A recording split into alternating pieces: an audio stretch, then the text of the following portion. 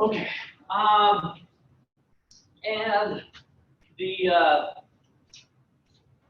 relationship kind of held up graphically. And so we had an average total cost. I'm going to do this kind of quick today since it's a little bit of review. Average variable cost, what was the distance in between these two? The vertical distance in between these two? Average fixed cost, because the sum of the two equals the total. There's the total. So we're going to do lots of graphs, and you're going to see different things from chapter to chapter. And so at a quantity of 1,000 units, we go up to the average variable cost and read off this number. We go up to the average total cost and read off this number. And then the difference between the two would be the average fixed cost. So the most important one for decision making is what chapter 4 kind of hits the ground running on, and that is marginal cost. So I drew it last time to kind of tease things out, but the marginal cost cuts through the minimum point of the average total and the average variable. Okay, it's getting kind of crazy dark in here, so I'm going to go with the light since it was close to being about the same. So hopefully that won't be too bad, but we're getting real dark.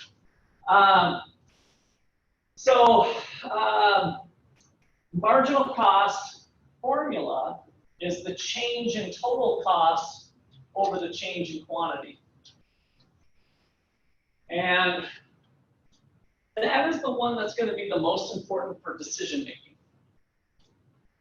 And so how do we make a good decision? Should I do something or should I not? The textbook calls this an extent decision. I never really called it that before, but that's fine. So we're going to set it up as kind of a yes or no, do it or don't do it type of way. And so here's the reasoning that we say. So when we're faced with a decision,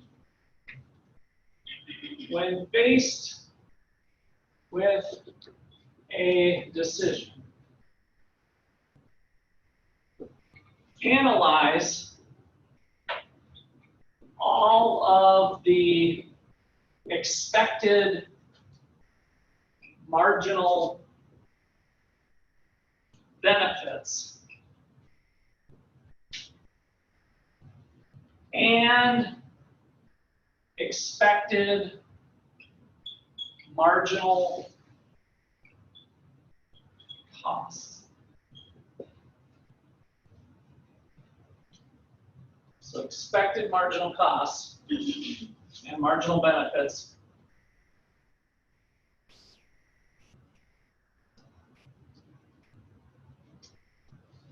We can be really general for most business decisions. These will be dollar values, right? So when we think about the benefits, it'll be the incremental amount of revenues that we bring in, or the incremental amount of costs we'll incur if we add the machine that's going to hog up 1,000 square feet on our factory floor. And then decision making becomes pretty easy. The hard part is getting the right numbers in there. But the decision is simply this.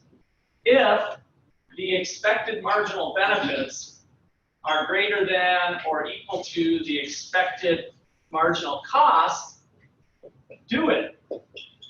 Just like Nike says to do. Do it.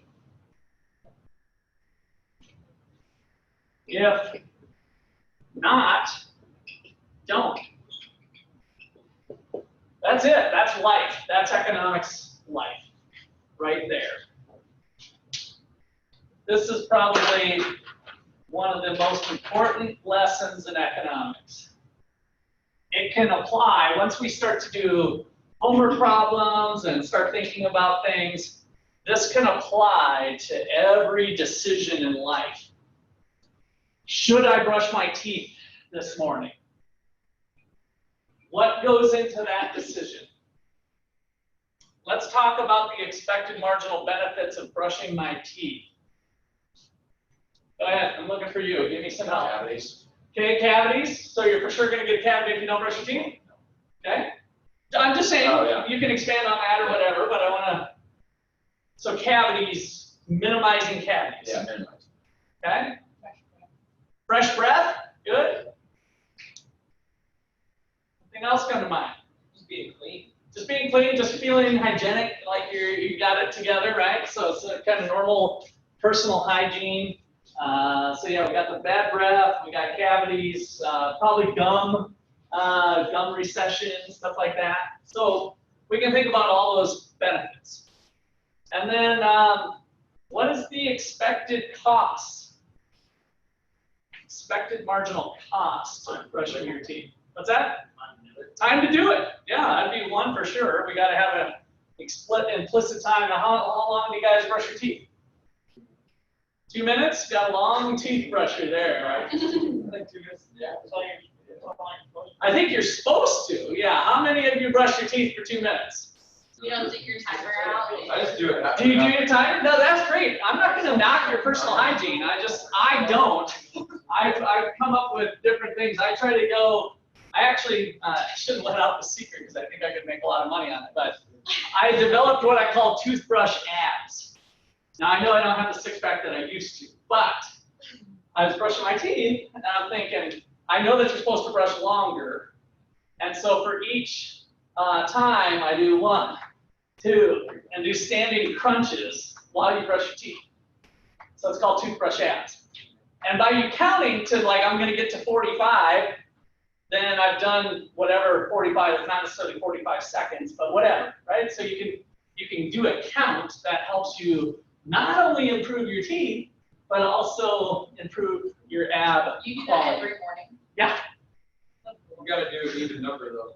You got to do an even number, yes. So you must be in the personal fitness realm that my friend who was a physical therapist, we used to work out, and she would lead some classes, and everything had to be an even number because, man, you don't want to have this big of an arm from doing 9 reps on one and 10 on the other, right? Is that the reason? Yeah. Got to balance that stuff out. All right. So, cost, time. Everybody's time is going to be a little bit different. Okay, materials, toothbrush and toothpaste. So we got a little bit of now the cost of me brushing let me get more specific. The cost of me brushing my teeth this morning. Doesn't include the toothbrush. The cost of me brushing my teeth this morning. Not unless I don't have a toothbrush, then I have to go and buy one. But assuming I have one in my cabinet, cost of the toothpaste. This morning, like, should I brush my teeth this morning, or should I tomorrow morning, or should I not? Do we need to include toothpaste costs? We have it there, right? In terms of the grand scheme of things, we're getting down to pennies anyway with whatever we squirt on the end of our toothbrush. Okay, so we got the time. What's that? Cost of water you use. Cost of the water, yeah. So we're going to definitely run a little bit of water. Okay. Not asleep. On sleep. So what about when I wake up tomorrow and we're talking, I have to go to work, I have to be to class, I should say. I have to be to class at 8 a.m. I got an 8 a.m. class. And brushing your teeth, at most, according to recommendations by the American Dental Association, takes you about 2 minutes. What other costs might there be that morning? Breakfast, okay, skipping breakfast because you got to get to class. Cost of being late to class. Professor knocks off some points or something, right?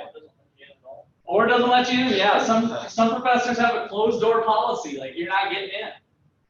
So it's possible that costs could change from day to day, right?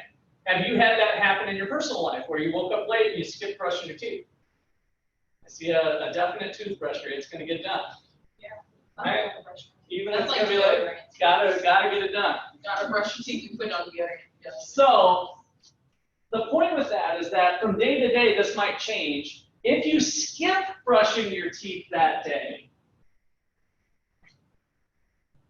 are you going to lose out on all the benefits? Are you going to get a cavity for sure? Are you going to have bad breath? For sure. Depending on the person, but some people don't get too much bad breath even. Or maybe it's just a matter of after your 8 a.m. class, you can go back and brush your teeth. Right? So now all of a sudden the dynamic changes depending on your situation on whether you should brush your teeth or not. And that's kind of the main point of all this, is that these economic decisions enter our life every day with the littlest thing of brushing your teeth. You can see the kind of torture I put myself through, that this equation runs through my head every morning. Every morning, Russ thinks, okay, discounted present value, brushing my teeth, right? So, but this is what it all boils down to. So if the expected benefits are greater than the cost, brush your teeth. If not, don't. So if you're going to be late for class, if you're going to be locked out of class and miss the test, right? It might depend on if it's test day or not for that 8 a.m. class. Right? So all of a sudden the costs start to rise and this equation flips. And you simply just don't brush your teeth that morning.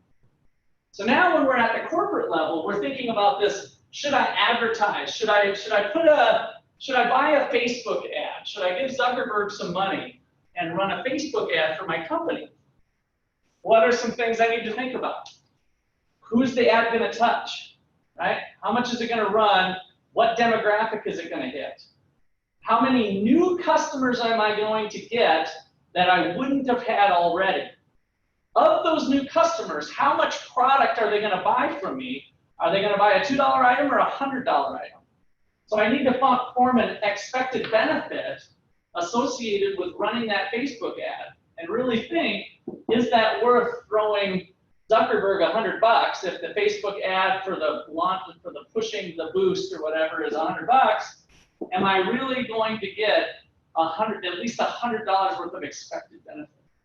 So we'll spend time in some future classes like, how do I do that? Like, I don't know if the person's going to spend $2 or $100. Well, let's put a probability on that event. What do most of our customers spend? Well, 30% of our customers spend on average $2, 70% spend $100.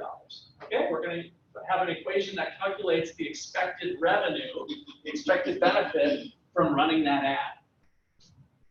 Okay, questions there? All right, so that is what, again, the book kind of calls an extent decision. So let's see here. Let's do a little bridging the gap of these averages and marginals.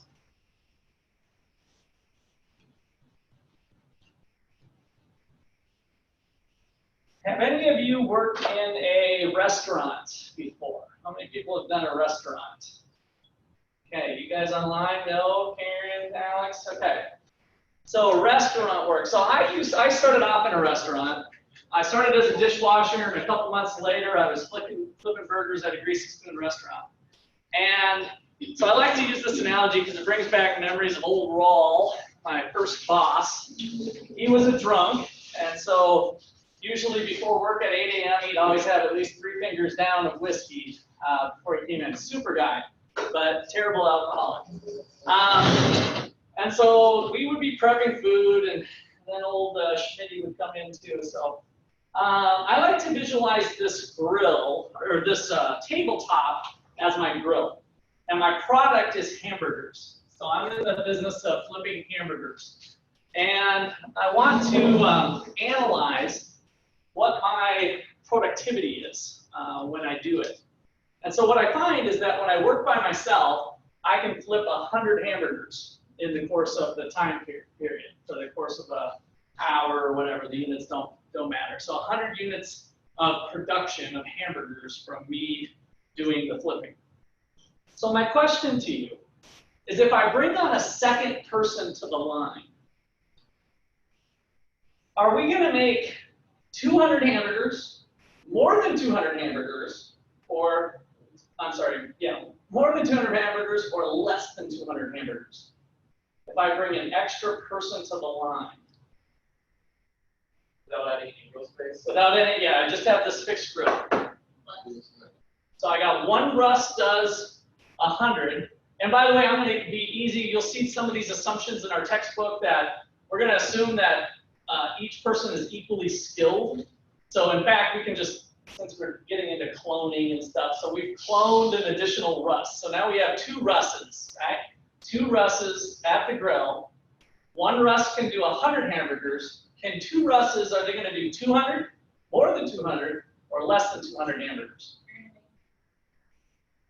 I'll think the same. I got a less, I got a same. We got the same. Yeah, same or less. So you'll have at least 100. Well, it depends how, you know what I'm saying, like if you only make 100 because you only put X amount on the grill and you can't fit anymore, that person can't flip a patty any quicker than you and you can't put it on. So yeah, so I've got a pretty good grill, like normal grill size space, so I can probably take it out. But you're right, you're touching on the right type of things we need to think about. So what else could be true if I add 2 Russes that would make it be more than 200 possibly? That we could be, so Jacob's kind of going the opposite direction if we're running into that constraint. But is it even possible that we could do 220? How could that be possible if I brought in an identically skilled person to work the grill with me, and we go from 100 to, let's just say, 220? By dividing tasks. Okay, good. So dividing tasks, right? So if I can now, okay, Russ number 1, you do all the patties and watch the grill. Russ number 2, you do all the setups, get the buns, the mayo, the lettuce and tomatoes, right? So by each person specializing in it, it's possible that 2 identical Russes could be more productive than 1. Okay. What if we bring on the 3rd Russ? So now the 3rd Russ comes in. Can we now do 440, more than 440 or less than 440? I'm at 220 with 2 identical Russes. Less than 440, wow. Well, if only 2 of you did do 220, Yeah. at least 220, Yeah. then 3 of you isn't going to be able to produce an extra 220. Okay. That's just adding, 1 person isn't going to add. There's only so much you can do in Okay. your constrained space. So what do you think? Did we hit that constraint, or what would need to happen for us to do more than, not double, I didn't even mean to say 440 by the way, I meant like around the 120 range or whatever, to add 130 more or something, just more than that, to get the same thing happening with the 3rd person. I mean, Jacob kind of hit it. What do we need to continue to have identical laborers being more and more productive each person we add? Specialization. So that specialization factor is important. So when we go to a big corporation and they have the accounting department and the sales department and the tooling department and the retail department and the packaging department, right? That's all specialization, right? So they're exactly picking up, we kind of naturally found what works in terms of people being more productive is to have them specialize in something.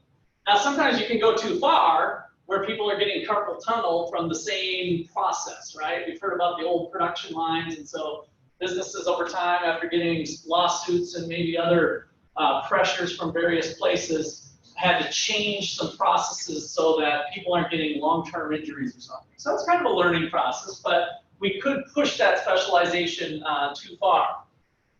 Okay, so now, To be the most effective, would it be helpful if each person was able to specialize in all of the same things though? right, and that just depends on what, I'm picking on hamburgers, but how many times can we specialize really is kind of the key element. So let's kind of summarize. We're going to end up having about 7 columns of data, so leave enough room on your sheet. So we're going to start off with labor. I'm going to go with 0 first. 0, 1, 2, 3, 4, 5. And then we've got quantity, our output, the quantity of hamburgers, 0 people, 0 hamburgers, 1 Russ, 100, 2 Russes, let's go up to the 220, 3 Russes, if we run into a little bit of specialization, we eventually get to the point where we're going to have a constraint to the grill that Jacob was talking about, right? And we can get really absurd with this. Imagine that we have 4 russes, 5 russes, 6 russes, 7, 8, 13, 14, 21 russes, 25 russes. I can't even get to the grill, right? Hey, what are you doing Saturday night? Are you going out or not? Oh yeah, I'll be at the party, so do I. Ooh, imagine that, we were thinking the same thing. So we got identical russes, and we can't get to the grill. So eventually the 21st Russ likely brings how many extra hamburgers to the table? 0, right? They don't even add anything. Might even be detracting, but that could be unusual. So let's say that we eventually hit that with the 3rd Russ, and we're back to 320. 4 russes gets us up to 400, so, and 5 russes, 460. So that is called the law of diminishing marginal product. So this is a key, one of the top laws in economics, the law of diminishing marginal product.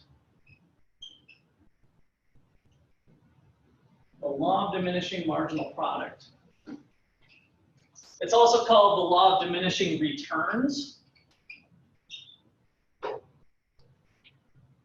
And so we talked about variable cost and fixed cost last time. And so the law of diminishing marginal product says that as you add more and more of a variable resource to at least one fixed resource, the amount of product that each additional variable resource brings eventually diminishes.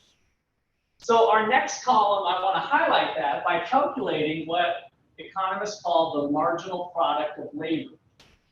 What does each extra Russ bring? The marginal product of labor is the change in the quantity of hamburgers from a change in the amount of labor.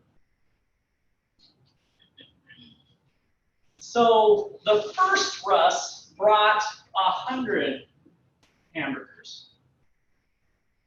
What did the second Russ bring? 120. And so if you're following the formula here, we're really going from 100 to 220 equals 120. And then the third Russ brings how much? 100. The fourth Russ, 80, and then finally 60. So now we're into this marginal world where the important decisions lie. Remember, at this point, we haven't talked any dollars and cents. We're strictly looking at the physical relationship between inputs and outputs. So on your sheet that we went over last time,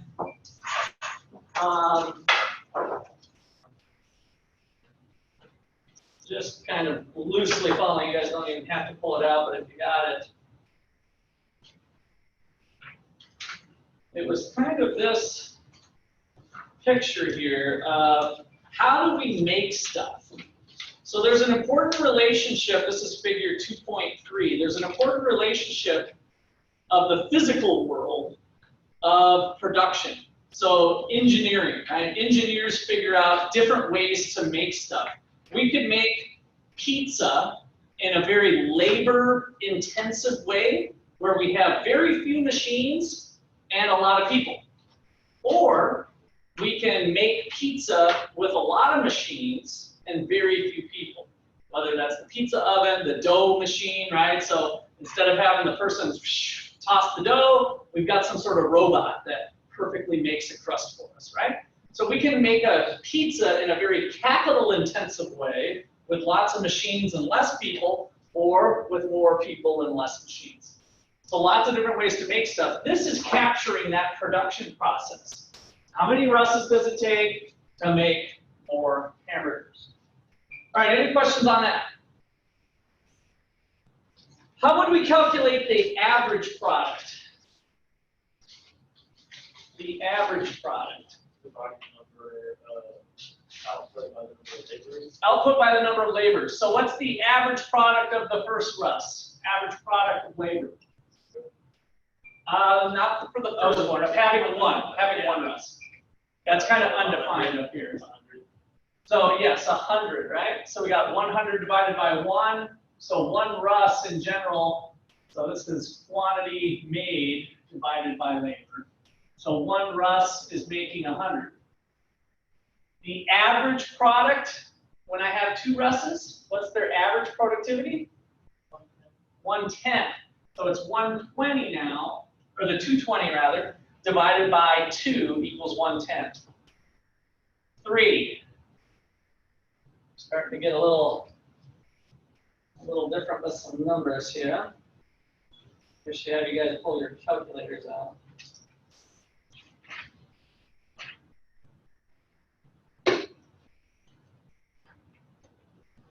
Average product. 320 divided by 3, 106.67. Yeah. 4. How much? 100, nice and loud. And then 5. 460 divided by 5. 92. Okay, so this immediately starts to highlight where a lot of managers go wrong not knowing economics. Because if you're out in the real world, what number do they tend to focus on? Average productivity of labor or marginal productivity of labor, do you think? Average. That's just the normal thing that you're going to do. It's kind of difficult to actually calculate this. It can be done with some purpose and intent, but in some cases it might be very difficult. But it's not so hard to say, whoa, last month, Joe, we made 400 hamburgers and we had 4 Russes, right? So here's how the decision usually goes down in the boardroom. It's like, well, we just got this order in for new hamburgers. We need to make more next month. Well, how many more do we need? Well, we need 500. Oh, okay, well, currently we got 100 per worker at 4, so let's just hire another guy and we'll be all set. When we hire another guy and bring them in, do we get 500 hamburgers like our order said we were going to get? No, because we ignored the diminishing returns. We get 460, and we're like, oh, we must have made a mistake somewhere. These workers are lazy. Let's fire them. Let's put them on, whatever. So you see how that kind of goes wrong by not bringing the marginal picture, not recognizing the law of diminishing returns. In some cases, it might be very small. It might be negligible. In other cases, it might be a big deal. So that is why we focus in on decisions at the margin for economics. And that is really a distinguishing thing that you can bring to the table if you get into a leadership or management position in whatever area you're looking at. Is how do I carefully identify the costs and the benefits at the margin? Because a lot of people are going to be thinking in terms of averages, and that can lead you astray. Okay, questions or comments there? All right, let's bring some money in.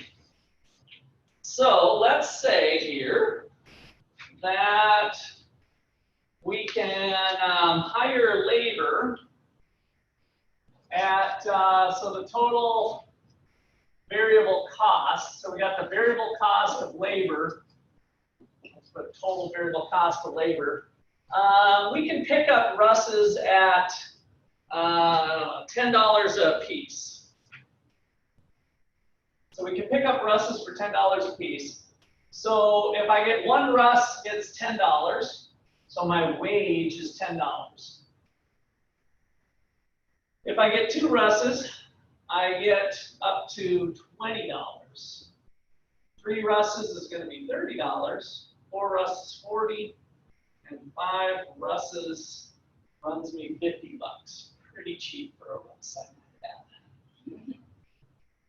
Okay.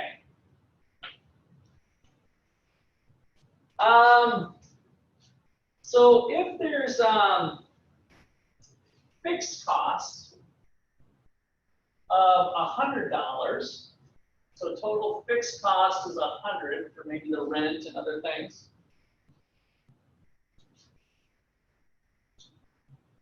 What is the cost at 0 units? 100. So that was the key thing with fixed costs, remember, is you still got to pay them even if you produce nothing. And if I get 1 Russ and I'm now producing 100 units, how much is my fixed cost? 100. More. 100, 100, 100, 100. All right, so that's what made them fixed. They don't change with quantity produced. That was by definition. Okay, so let's just say for simplicity that this is our all of our variable costs or fixed costs, at least for this decision. And so our total cost is the sum of these two. So I got 100 here if I make nothing, 110, 120, 130, 140, 150.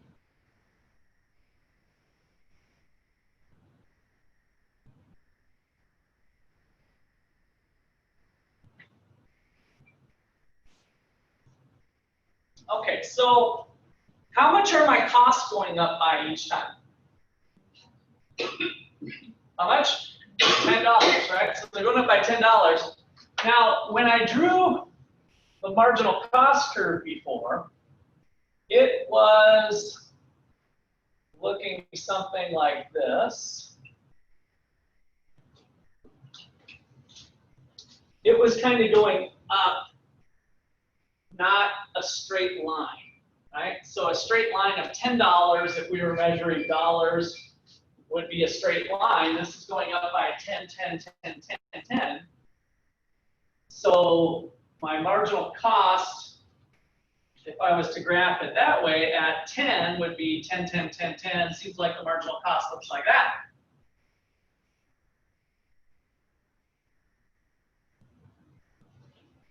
So if I can hire extra Russes at $10 a piece, my cost goes up by $10. But what's my marginal cost?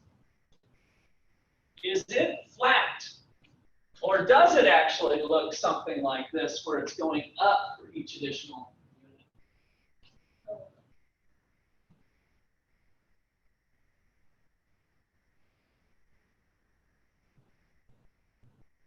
So what is the marginal cost? What's the formula? The change in total cost divided by the change in quantity. Good. Change in total cost from the change in quantity. It's written right there. But might be good in your notes to write it again. And so what is the marginal cost at a level of one Russ being hired? What is the marginal cost? 0. 0. Why? How'd you get that? Change in total cost? Yeah. Or no, never mind. How much is the change in total cost? Oh, 10. 10. Right? Everybody got that? So marginal cost or total cost went from 100 to 110. The change in total cost then is 110 minus 100. So when I use these little triangles, we're just doing the kind of the typical math thing of taking the difference between the two. So we've got an increase of 10.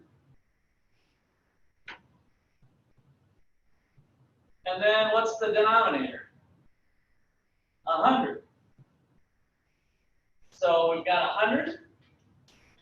So then the cost of each hamburger is 10 divided by 100. Who's got their thinking cap on there? You can pull out a calculator. Don't be bashful if you need to, but 0.1. So 10 cents, right? So 0.1. All right. Marginal cost associated with having 2 Russes on board. Change in total cost for a second Russ, we had 10, so our total cost moved up by 10 is the change. Notice it's 120 minus 110 though now to get the change in 10. Divided by what? Yeah. 220? 120. 120. Ooh, I hear my 2 graduate assistants battling it out here. 220 or 120? Could it be that they're both right? I refuse to accept that. Thank you. I'm glad to hear that. Okay. So, what are we looking for? What's the denominator here? Change in quantity. So what did the quantity change by? 120. So which is the marginal product, the change in hamburgers from the change in the extra Russ? So it's 120.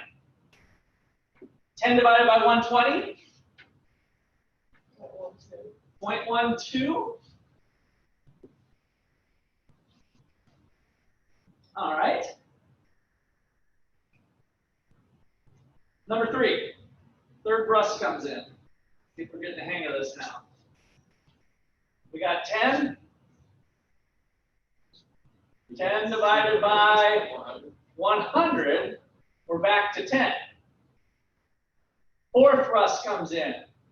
This one never's changing because we're going up by 10 each time. But now, change in product, 80. So, marginal cost of those hamburgers, 1/8. Give me a decimal form of that. 0.6167. Double check. Wow, 125. 125. 0.125. 1 divided by 8, 10 divided by 80. How about the last one then? 10 divided by 60. 1 divided by 6 is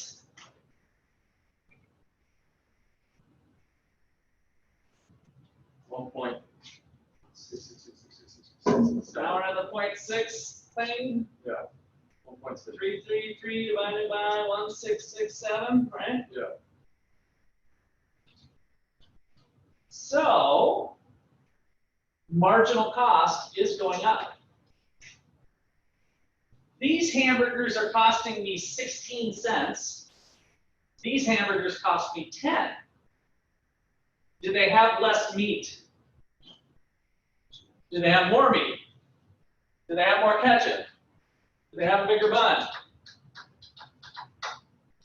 So how can the cost of an identical hamburger be going up? This economic stuff is getting crazy here, right? Paying more for labor. Labor costs are going up, but they're going up at an equal rate. Oh, I said, well, I divided 10 divided by 120, it was 0.083. 10 divided by 120. Yeah, I thought this one kind of seemed a little. I was going to bring that up here, but 0.083. So we dropped down to 8 cents. Did everybody verify? Anybody else verify that? 10 divided by 120, 1/12. 1 divided by 12. Now it gets even more fun here. 10 cents, 8 cents, 10 cents, 12 cents, 16 cents. Look at this little J shape here. 10 cents, 8 cents, 10 cents, 12 cents, 16 cents. We're starting to get that shape to it, aren't we? But I'm still baffled. This hamburger is identical to those hamburgers, but yet it cost my company 16 cents. Same amount of hamburgers, same bun, same amount of ketchup. This one costs 16 cents, this one costs 10 cents. Talk to me. Really wrong. I hope it's not. But if we're making more burgers to the point where we have to hire more people, does that mean the demand of it is going up? We're kind of keeping demand out of it at this point. So, but that's a good thing to bring up because it's too easy to start confusing those things. So we're really on this kind of the supply side of things here, looking at the production process and the costs associated with it. So let's just kind of assume that we're selling them. Don't worry about the demand part. What about it's taking more time, isn't it? So when Who wants to put that into words? So basically, this is the big question. What causes the marginal cost to be upward sloping? That's kind of the textbook test question type of thing to say. Because the returns are diminishing, implicitly, the more people you add, the less they can make, so it's going to go up more and more. Yeah. Think about it. I have to pay how much for an extra rust? $10. Is the 5th rust as productive as the 3rd rust? No, because of the law of diminishing returns. And remember, I hypothetically said, these are identical human beings. So in other words, if I take this guy and I put him in 3rd position and this guy in 5th position, I'm going to get the same result, right? Because of the law of diminishing marginal product. As you add more and more of a variable resource to at least one fixed resource in the production process. So back to our factory example, I only had, what was it, 20,000 square feet in my factory? right? So that decision of adding the thing, the corner, the new machine in the 1,000 square foot of space, I can't continue to do that with my factory. But at this point in time, I can. Right? I've got this excess capacity, this extra space, and I can put somebody in that space, and it's not costing me anything. Now the accountant might push back on you and say, well, you don't understand. We allocate the books like this, and so the sales department, well, they take up 5,000 square feet, and so they get allocated a rent payment of the $10,000 a month rent payment. They of course take up 27%. Right? And that's what you're going to hear as a manager. I've had these conversations, you guys. If you guys really start to buy into the economic way of thinking, you're going to have to convince people. You're going to have internalized this concept, and you can win them because this is all reason. This is all logic. You can win them over by saying, well, wait a second, especially if it's your boss, you don't want to get fired. Hey, I see what you're saying, but that space is actually just sitting empty. So like next month, if we do nothing with it, we still have to pay for it, right? Yeah, I guess so. Well, if we're already paying for it and I can come up with a way to generate some extra dollars on that space, wouldn't that make sense, right? So you can kind of come up with, once you've internalized this, you start to see it lying all over with how we can apply some of this marginal analysis. Okay, so that is why our marginal cost curve slopes upward. So let me write that out for you, so you got that in your notes.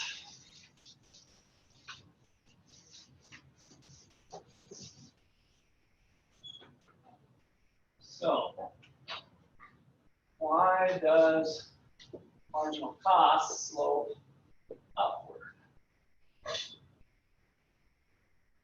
Question mark. Answer: the law of diminishing marginal product. I'm not going to write out the whole definition for that. You guys have that in your book, and you can look in other resources. But that's kind of a key insight here. I'm not getting hung up on the averages. To give you an example here,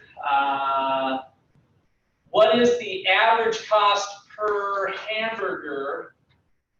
What is the average total cost at 460 hamburgers? Who's got that? Do a little calculation here. So we're making 460 hamburgers, and our total cost is 150. So what is the average total cost at this level? 150 divided by 460.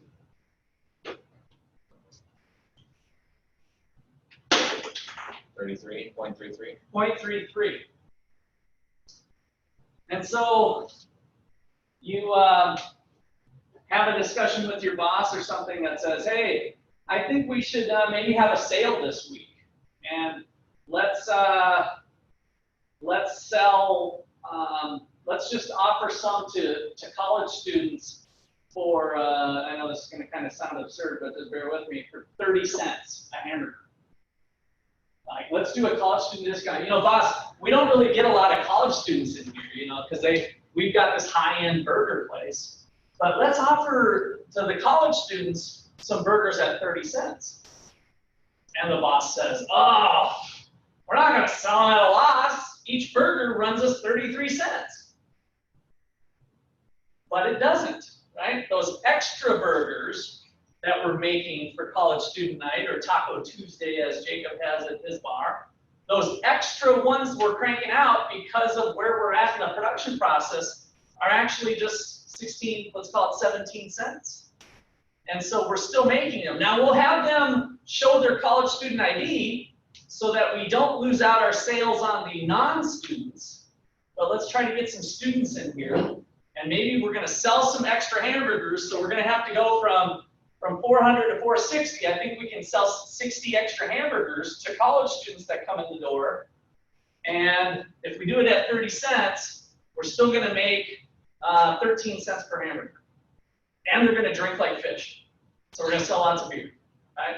So that's the type of stuff where we're bringing you guys on this as we get deeper into the chapters. So that what I just described to you is a price discrimination scheme, where you're charging a different price to students versus non-students. And this is why the economics of that can work, is that you can still make money as long as you're not maybe alienating your non-students. You can still make money by offering some deals and selling some extra hamburgers. But if your boss is looking at this number, it might not make sense, right? And this is, again, the number that most CEOs and managers and other people are going to kind of hone in on.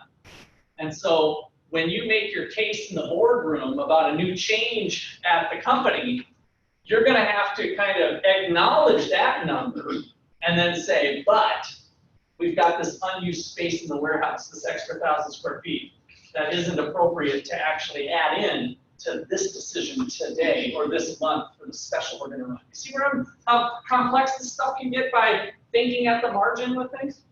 Yeah, Jacob? I think I answered my question, but I was just confused because it's the 33 cents would be the average, right? Yes, that was the average cost at But like, a production of 460. adding the next extra person. What's that? But that's just assuming you have all 5, right? Because the one that, never mind, I think I get it. Yeah, we were I'm moving. confused. Yeah, we were moving from here to here, so the cost of those extra 60 burgers is 16 cents, 17 cents. Okay, yeah. Remember, the average cost includes the cost of our rent, this $100.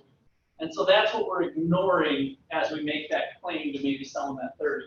Okay. In this picture, since I got the graph up,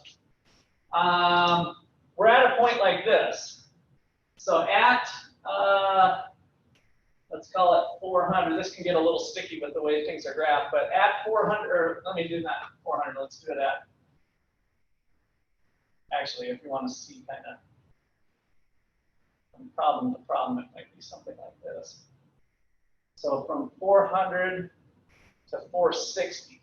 So I'm moving along the quantity axis from 400 to 460. And the marginal cost of making the 400 here is 12.5, 12 cents. And 460, it climbs to 16 cents.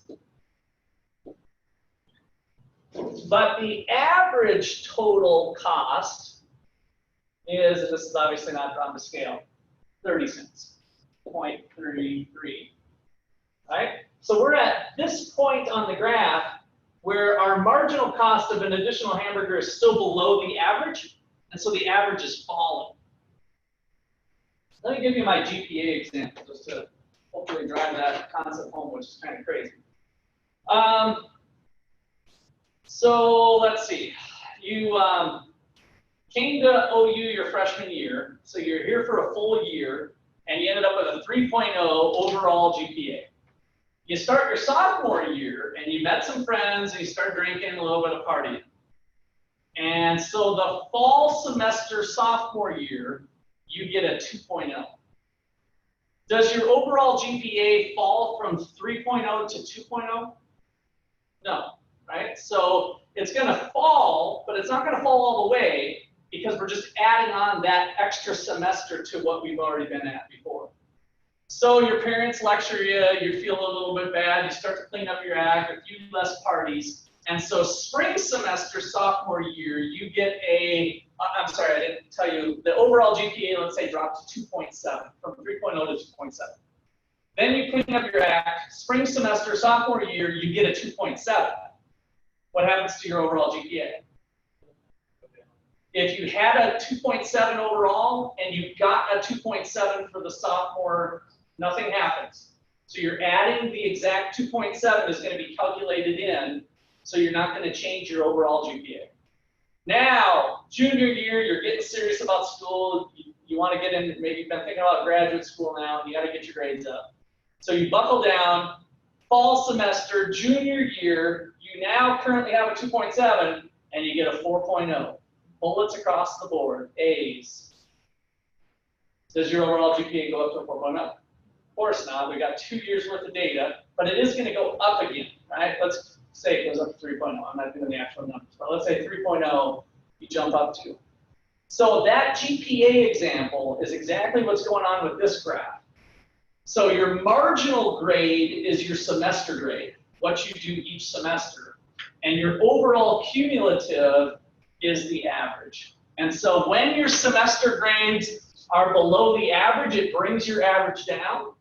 When your semester grade is equal to the average, you're right at this inflection point, at the minimum point of the average total cost. And then when your semester grade is above, here's your 4.0, it's going to bring your overall up. So the same thing going on here with the cost of hamburgers is kind of similar to what goes on with grades, or it's just the way you calculate incremental changes to changes in the average. Okay, questions there at all? All right,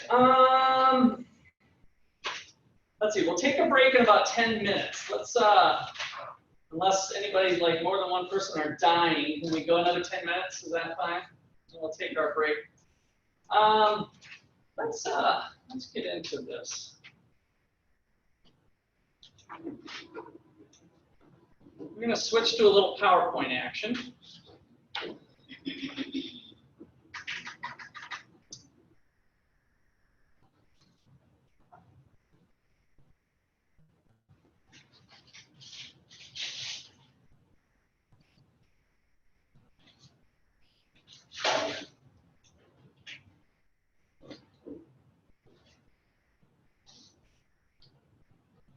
Okay. So chapter 4. Do not confuse average and marginal. So I kind of went through this. Average costs are irrelevant in the same way I just showed you on the 33 cents versus the marginal cost of 16 cents. You really need to ignore the average cost for that type of decision. It might not be something you want to do long term, but for whatever term you've identified, you want to look at just those additional costs and additional revenue. You guys will have access to all these PowerPoints. They're already on Blackboard, so you can take notes as you wish, but you will have them there. Okay, so I mentioned something like advertising. Should you increase the quality of service? What would a company want to do that? Should we start clearing tables at our fast food restaurant or fast food-ish restaurant, or should we make the customers come and clean them themselves? What would go into that decision? It would cost more to clean it than the people would buy. Okay. But if the customers would buy more if it was cleaner versus. Yeah, are we going to have more people visit? Like we're standing out from the crowd, like, hey, they clear your table here. This is like really cool. Or if consumers don't give a darn about that and they just want to know that they're getting a certain price or cheap price, then you got to think about those issues. How many parking spaces should you lease? So they're kind of referring to let's say a downtown shop or something in downtown Ottawa or downtown wherever you live. You know, do you have dedicated lease spots? How important is that? Well, again, think about what in terms of revenue and cost at the margin. How many people what? Are you expecting at one time? Okay, so the volume, that would be one thing. What else? We need the cost, of course, that's easy. So if the spaces are $60 a month, that's one thing. But what else on the benefit side? Like what do we need to happen to think critically about the benefits at the margin of how many spaces? Should we do 2? Should we do 3? Should we do none? Should we do 5? Each one at least has to bring 60. Like the adding the next one has to at least bring in 60. Okay, good. So we can kind of do a similar analysis here, right? So as we have more parking spaces, you know, how much do customers care about parking? If a large fraction of our customers are pedestrians because they live above, you know, the place in the urban area or something, that's going to be less important. And so we might have a lot of benefit to having 1 space or 2 spaces, right? So that just having 2 might be kind of a big deal from a perception standpoint of the customer. But then as we get into 3 and 4, the diminishing benefits might kick in pretty fast, right? With the value that customers are getting as we do it and lease more spots out. So that's what we want to do. Think critically about each one of those. Okay, so if marginal revenue is greater than marginal cost, do it. If not, don't.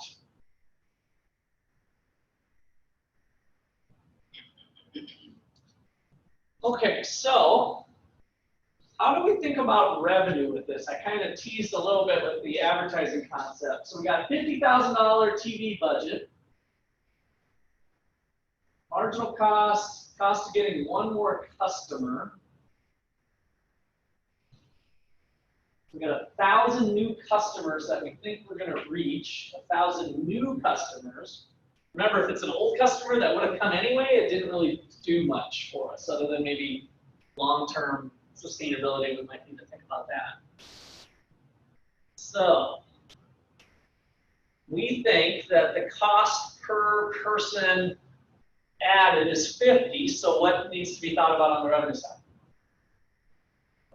Josh, let me go, Josh. You've been chomping at the bit, ready to add in. Just thinking if there's going to be 1,000 new customers, and it's $50 per customer, that would equal up to $50,000. Okay. So what does each person need to spend? They have to at least 50 on average, right? So kind of you're back to that calculation of is it worth it? How much does our average customer spend currently? And we might be able to look at average revenue per person.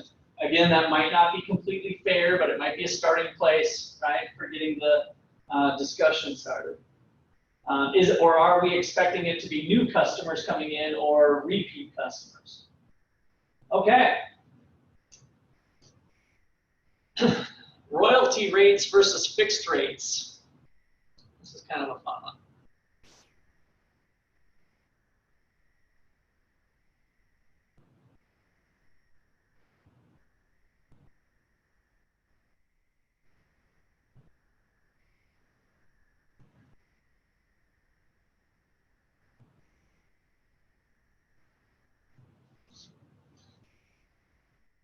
So we got two bit. We own a tree farm or a piece of land. So one bidder comes in $150 a tree, or a second bidder comes in at $15,000 for the right to harvest all the trees. You've got about 80% pines, 20% fir. You've got 100 trees on your land. Are these two bids equal? No, but do they look like they're equal? So we got 150 per tree. I've got 100 trees. 150 times 100 is 15,000. So on the face of it, it looks like we're getting the same amount of money either way, 15,000, right? So the last bullet is the one we want to focus in on. Knowing that the harvester faces an additional cost of 20 to cut per tree, gas, saw blades, labor, so the variable costs, right? Thinking about their marginal costs. Which offer should you accept? A, 150 per tree. No. B, 50,000. Why A? I didn't mean to say it. Oh, I mean, why not A? Because the A isn't going to harvest the firs, so you know because it costs them more to do it, but then B is going to harvest it until it's not profitable for them to do it anymore. Okay. So he would make. So what's gonna be the end result? Jacob's on the right track. Somebody else want to jump in? What's gonna be the end result if you do the per tree? You wouldn't make as much as you could. Yeah. But why? What's gonna be like? What am I left with if I accept A? What would I predict I'll be left with?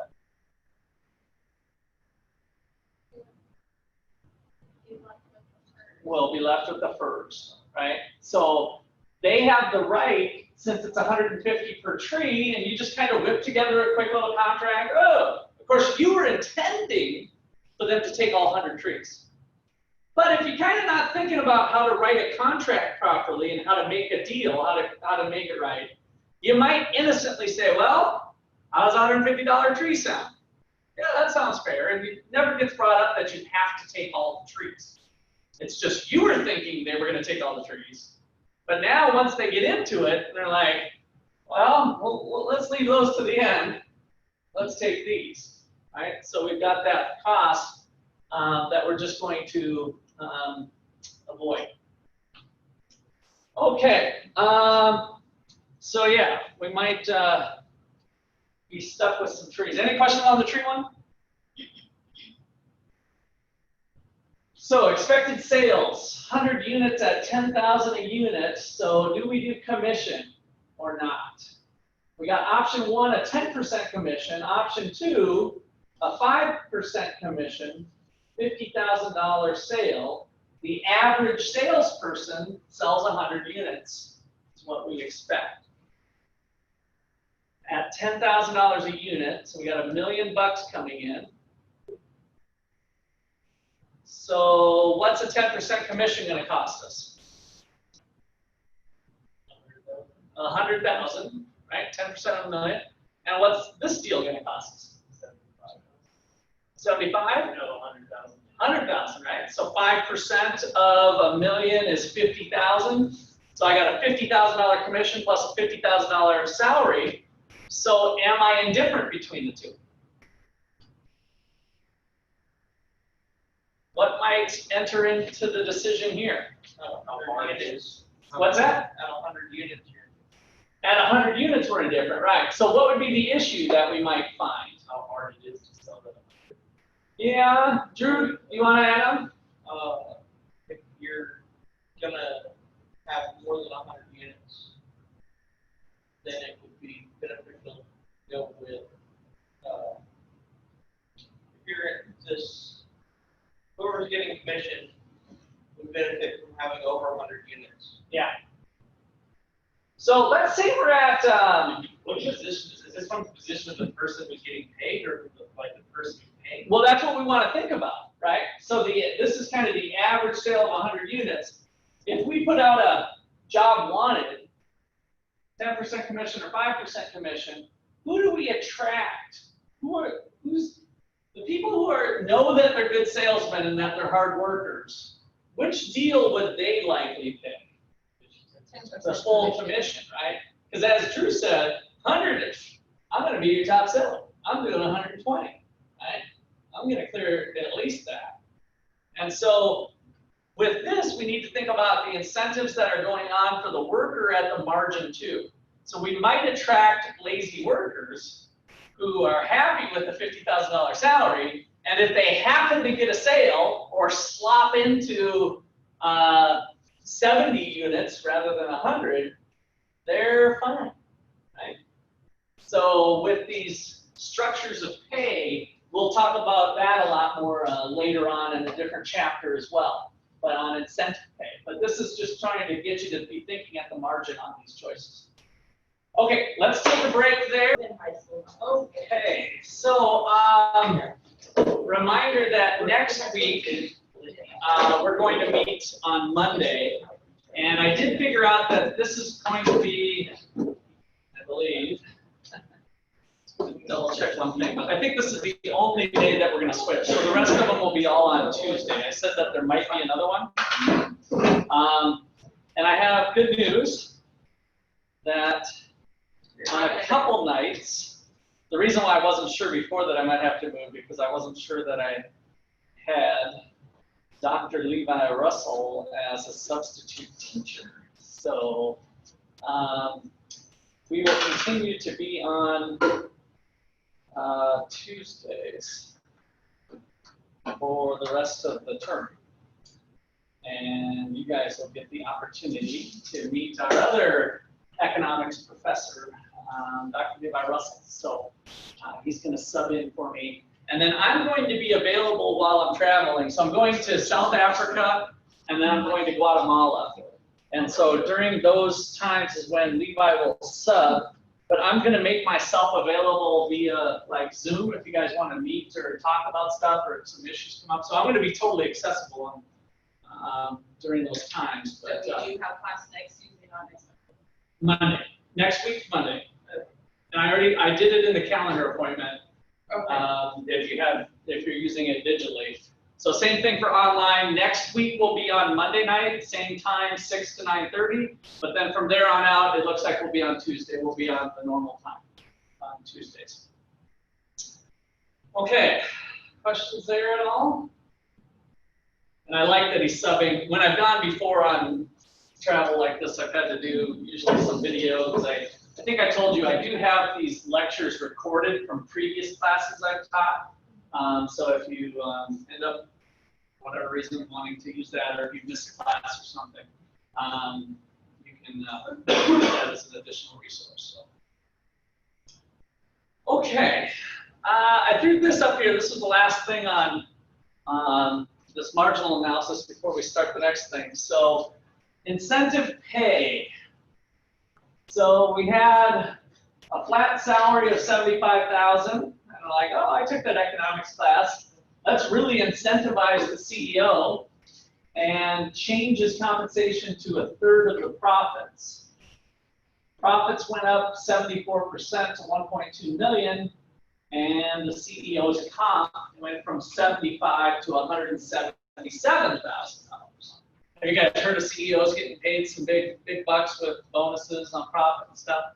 So what are some disadvantages here? Or what's some issues with, let's specifically stick to CEO type concept, where the CEO's compensation is tied to profits? Sounds like a good thing, but was that really the intentions of what went on here, or what are some issues you can think of?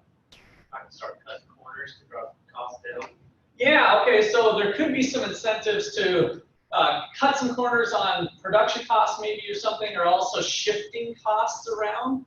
That's a classic thing. So a lot of times it's difficult to say, okay, your bonus is going to be this year, so that it might be possible, well, let's not buy that equipment until the next calendar year. So let's push that into 2020. So it doesn't really matter if we buy it December 31st or we buy it January 2nd, right? For all practical purposes, for operation purposes, it doesn't really matter when we maybe do that expense, but it might matter for your bonus. So sometimes you might get CEOs kind of sloshing money around, and there might be some techniques that you can use to average cost that out or do some smoothing is what's typical, or sometimes it'll be a deferred bonus, so that if they did shift something from one time period to the next, their bonus kind of captures that. So that's something that's been looked at. What else about these profits? I mean, was that CEO responsible for all of that money? You know, what causes us to have a good year? Jason? Or whatever you're thinking. You look like you're ready to.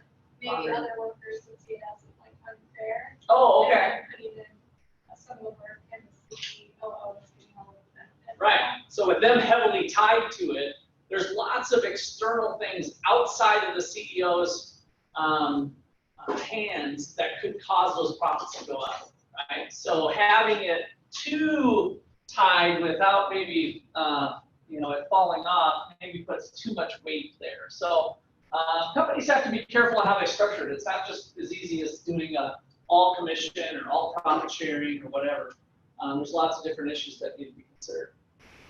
Okay, any other last comments there? They might start looking more like short-term benefits versus long-term benefits. Yeah, definitely. So, and again, one of the ways that's been handled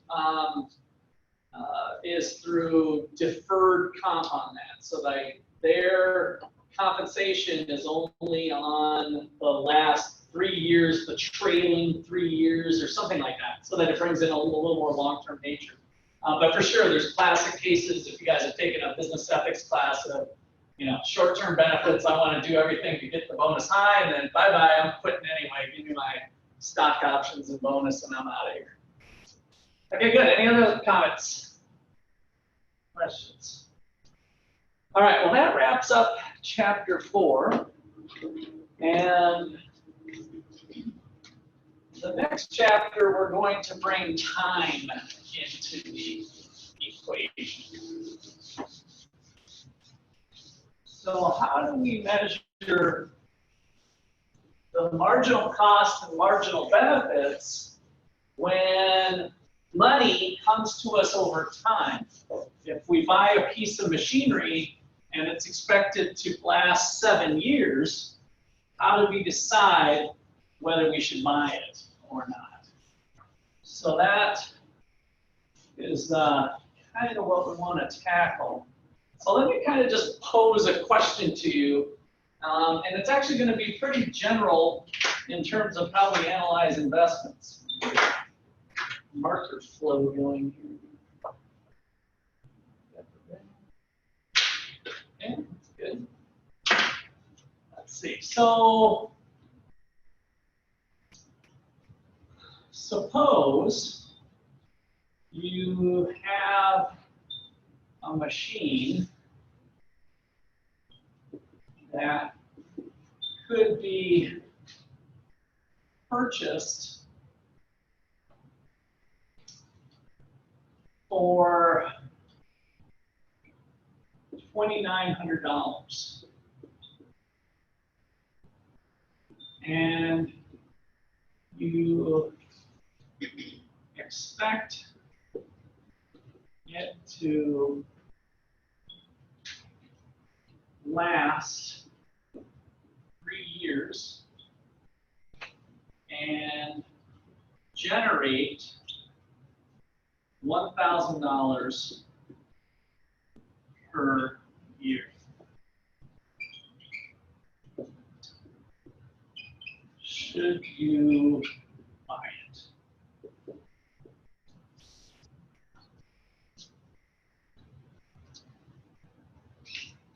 So we got $2,900 machine, $1,000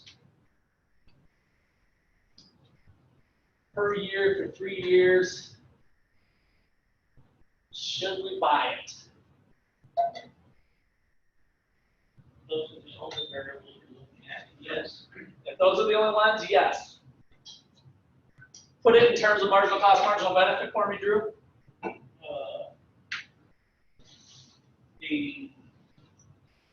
So we spend $2,900 on the machine, Okay. and then it would then generate. So marginal cost, Yeah. cost, right? So marginal cost is 2,900. And then you get a marginal benefit of 3,000 over the 3 years. Marginal benefit is the 3,000. Since marginal benefit's greater than marginal cost, do it. Yeah. So I'm just thinking? Yeah. Okay. So let me go online. Alex, Karen, what do you guys think about this?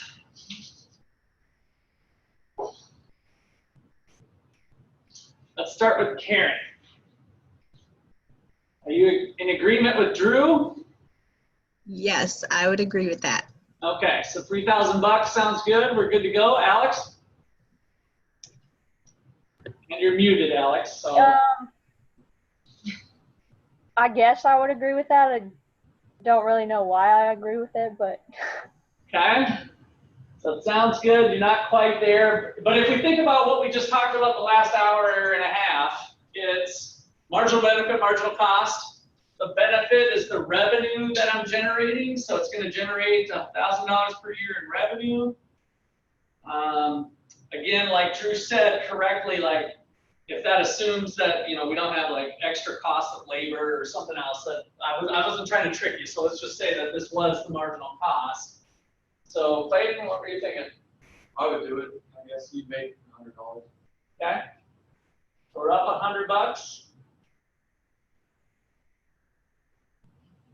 Don't you have to know like the rate you're getting at though? Because then don't you have to find the, so your present value is 2,900. Don't you have to discount the 1,000 at a rate for the next 3 years? So Find is the it, present value of the 1,000. what's more valuable to you, $1,000 today or $1,000 3 years from now? Like if I gave you all that option, like, hey, it's your lucky day, you're gonna get a friggin' $1,000. You're like, cool. And you have a choice too. I'll give it to you right now, or I'll give it to you 3 years from now. What would you guys pick? Right now. Now, give it to me now. Why? Because I want stuff now. I gotta go to the store. I gotta buy stuff. Well, why do you need it? Why is it important to get it now? Why does it make it better now for sure than later? Just for sure.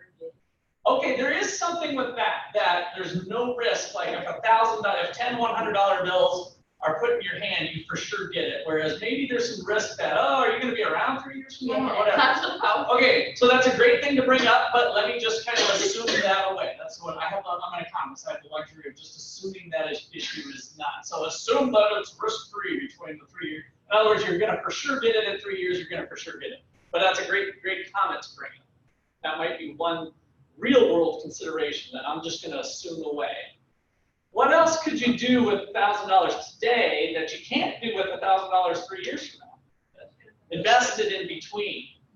Okay, so let's just say you can invest it at 10%. So if you take $1,000 and invest it at 10%, how much do you have 1 year from now? With simple, and I'm going to use simple annual interest, so 1,100, right? Now you guys all kind of did that in your gut, but this chapter, you're going to need to know a little bit of formula. Not a lot, but we're going to do a little. So be ready here. So how did you get 1,100? Well, you took 1 plus the interest rate of 10%.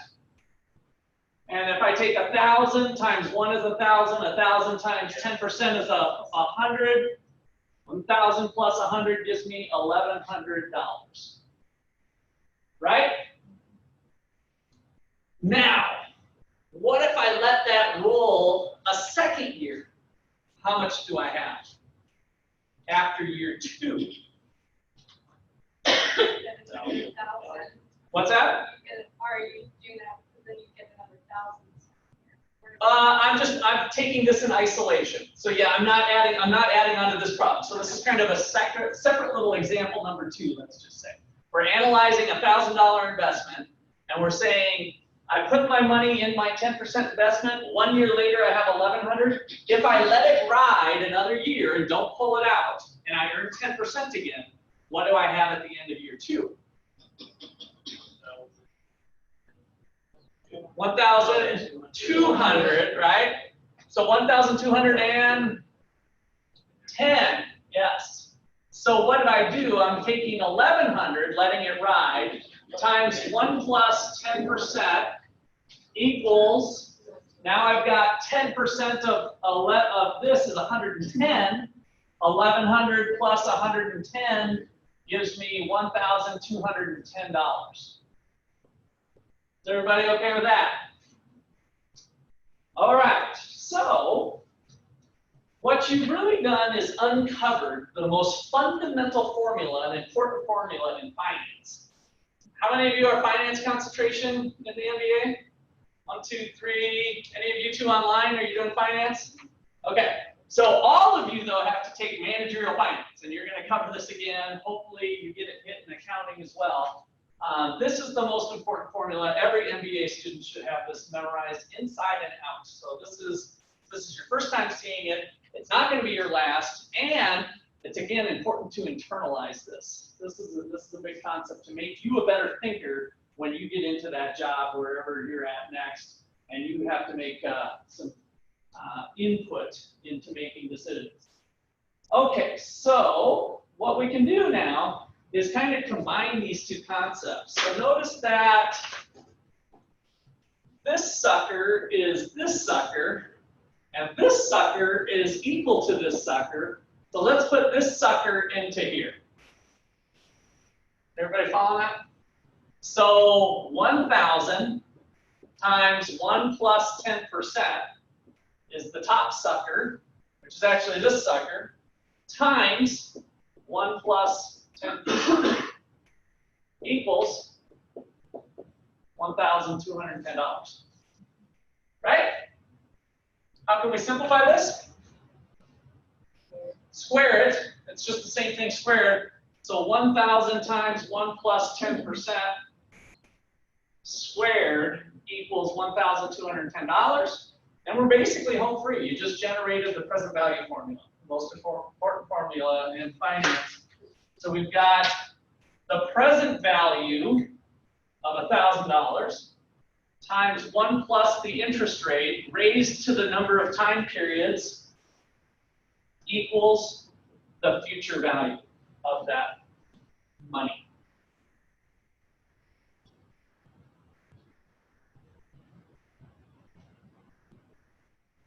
And so that's kind of how we find the future value of money. This problem's a little bit different. We want to go back in time because we have some future values that we want to compare to the present value. And so the present value, doing a little algebra here, the present value formula is simply throwing this part over to the other side. And so there's your present value formula in all its glory.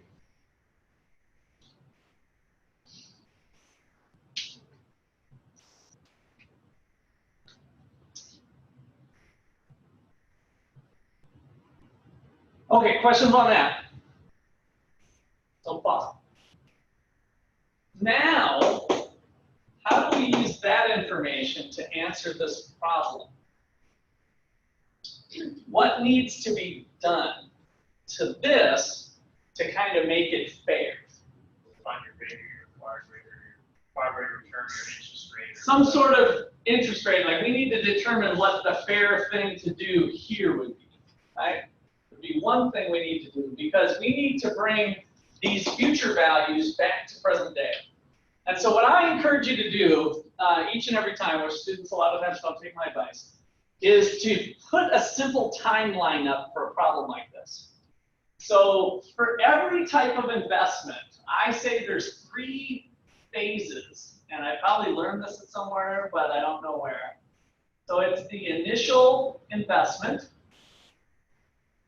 in time period 0, and then over time, you've got 1 year, 2 years, 3 years. So you have the operating years, so operating numbers, and then you've got the termination of the deal, so any terminal cash flows. So over time, you've got operating flows of the investment, operating cash flows. Usually this is like a cash on cash thing. Operating cash flow. And then finally in time period 3, and this would include up to 3, at time period 3, we have a terminal cash flow. And so this might be selling the machine. So I didn't put it into this problem, but let's say that I reasonably expect I could dump this machine for $300 on eBay, right? So now all of a sudden I would have a terminal cash flow of selling it. Or if I'm buying a classic car, and I spend $2,900 on the car, and over the years I have to wash it and wax it and maybe do some stuff to it, and I'm spending $100 over the next 3 years. And then after 3 years, I think I can sell that car for $4,000, then my sale price becomes my terminal cash flow. And so I bought a car for $2,900. I had $100 worth of operating flows, and then I was able to get, so these are kind of on the minus side of spending money, but then I got $4,000 at the end. What's the rate of return of that investment? Now you've got something you can calculate. I'm giving up $2,900. I have to spend $100 in wax and gas and maybe some car show entries or something, and then I sell it for $4,000. How much is that investment worth? We can calculate the rate of return for that. So this present value stuff is tied in to another important concept that's kissing cousin, the internal rate of return. So you can calculate those 2 things kind of go together. And I'm going to show you how they go together in a bit, but I wanted to kind of flavor that. You're putting money in a 401k.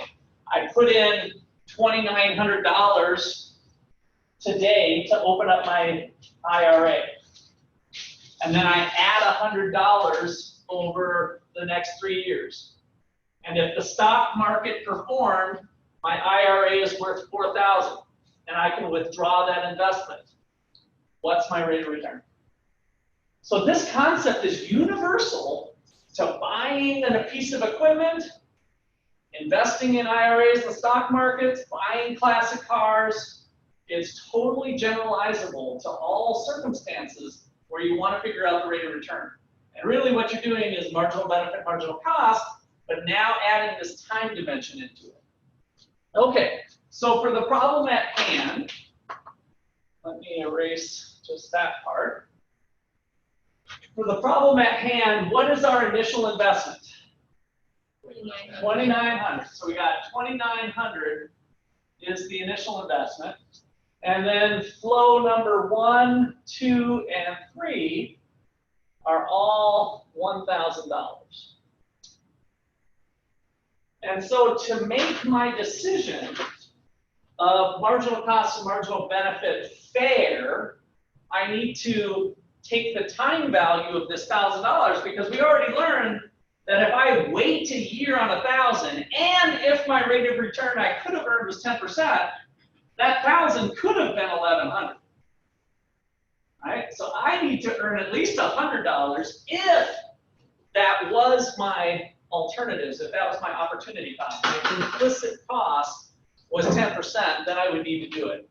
So to answer a question like this, you do have to make an assumption or you have to do some research or investigation of, and usually on a textbook question, they'll say, suppose the opportunity cost is 10% or 8% or 7%, or we'll also use the word discount rate. So this is, we're discounting a future value. When we look at the formula this way, we're saying, hey, I'm going to get $1,000 2 years from now, or better yet, let me just use what we got up here. I'm going to get $1,210 2 years from now. What's it worth to me today?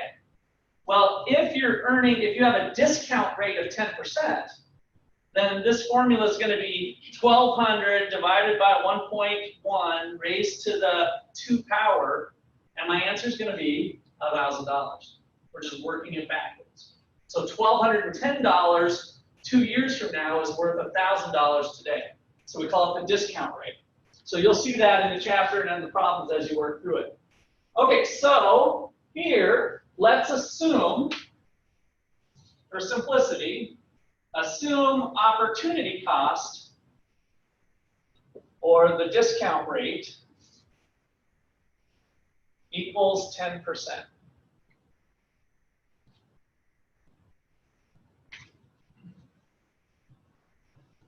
So if that's the case, let me split the room up a little bit. So Alex and Karen, I want you to find the discount, the present value of the first $1,000 in the first year, and Alex and Micah. So you 4 are going to do the first year. Clayton, Jacob, Drew, why don't you do year 2 and the rest of you do year 3? So everybody's working on a problem here, right? Yeah. So you guys are year 3, you guys are year 1, and then I want to hear your answers. I'm not going to give you the answers. I want you guys to calculate this. So get your calculator out. You can put your phone out if that's all you got, and put it on silent mode. Remember, I didn't bring up it looks like everybody's pretty good today. That phone's need to be cleared off the desk, but otherwise, if you've got a regular calculator, that's great. But I do want you to work these numbers with the calculator. So you can pull it out, put it on airplane mode if you need to. As soon as one of you gets an answer, tell me what it is, and then we can kind of double check our work.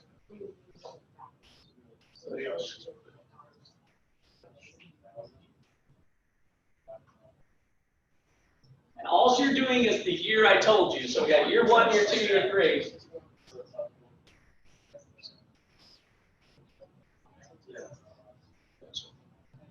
So group number 1, did you guys get an answer? As soon as you get an answer, just yell it out and I'll write it on the board and we'll double check with other people. It's no big deal if you're wrong. I got 826.45. 826.45, you were year 2, right?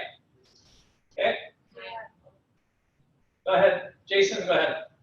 751.31. 751.31, and year 1? 909.09. 909.09. Yeah. Okay. Did everybody get that? That were in your groups? No, I think I calculated the wrong numbers. Can you tell me the numbers again?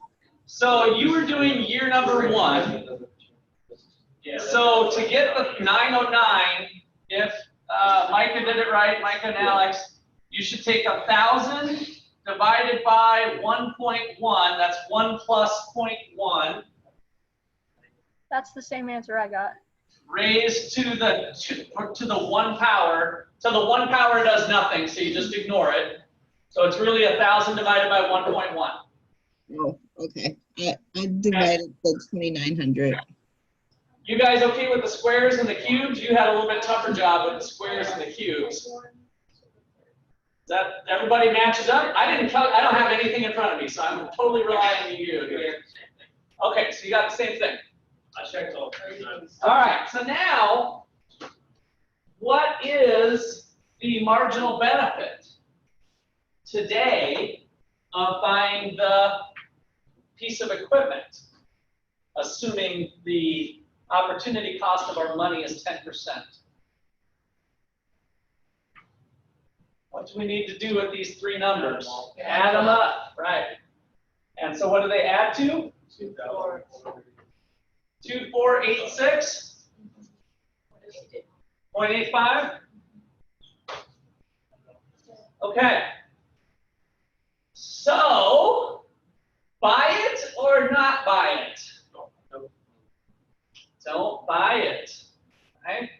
So look at how powerful this is with the 10%. By the way, 10% is not a bad number to use on average for discounting purposes. It could be less. I'm going to do something here quickly with some Excel, but it could be less, but this says don't buy it, right?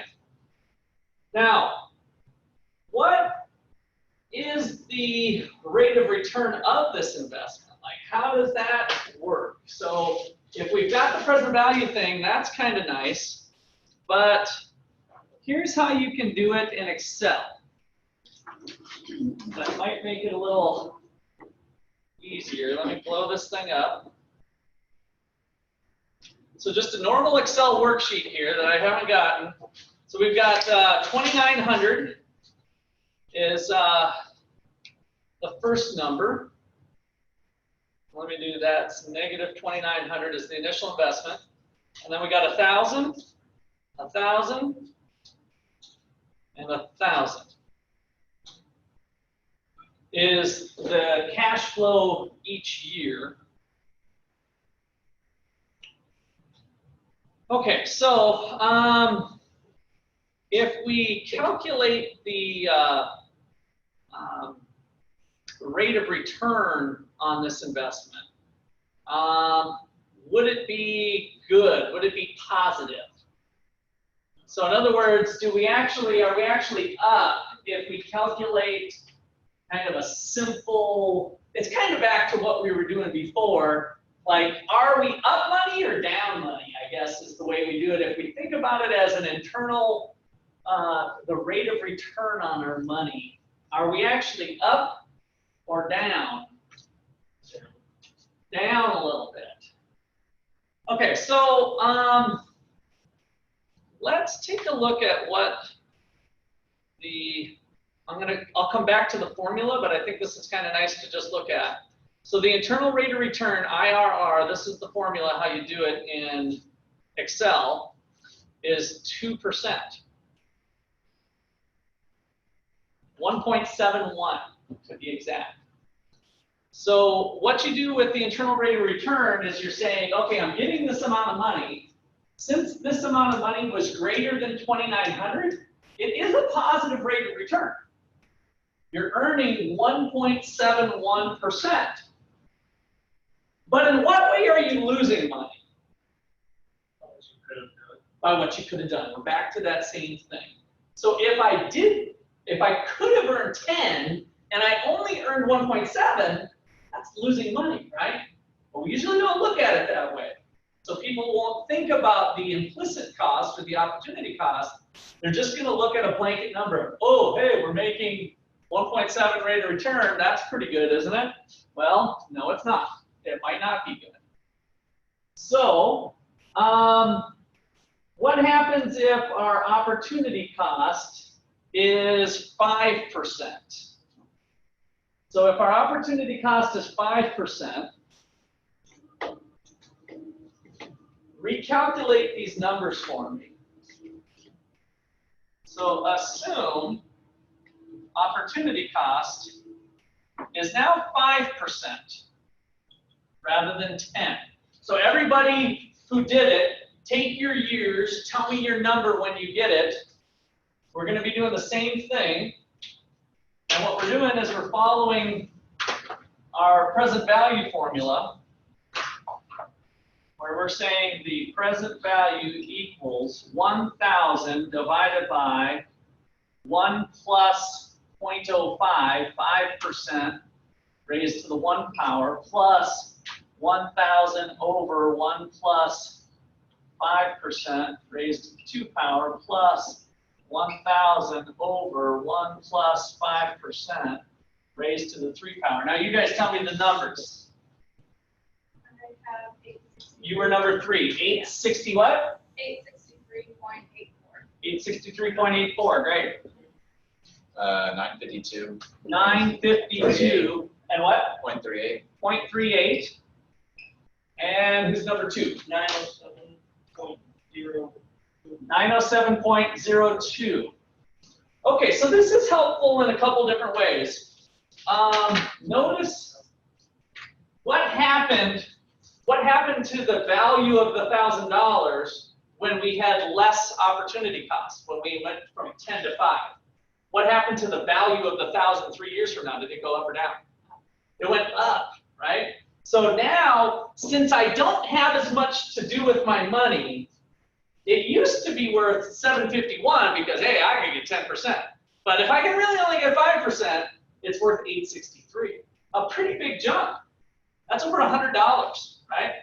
From the 5% number versus the 10% number.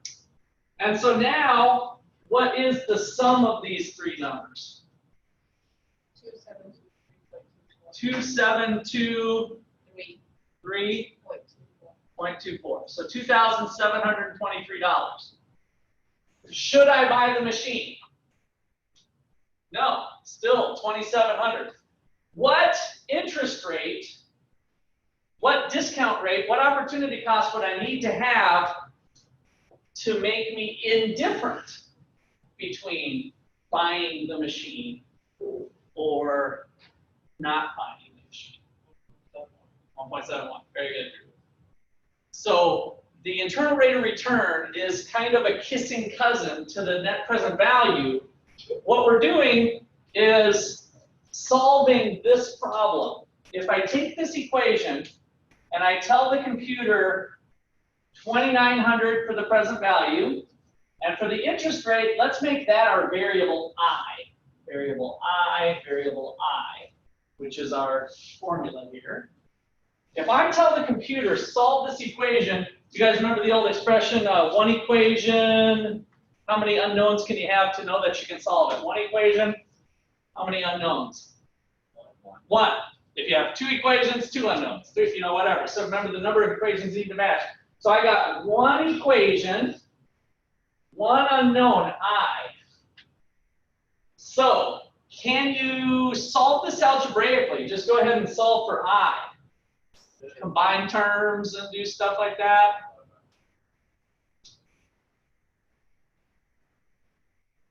I don't want to waste class time, but hell no, you can't do it. You can't do it because of the square and the cube terms.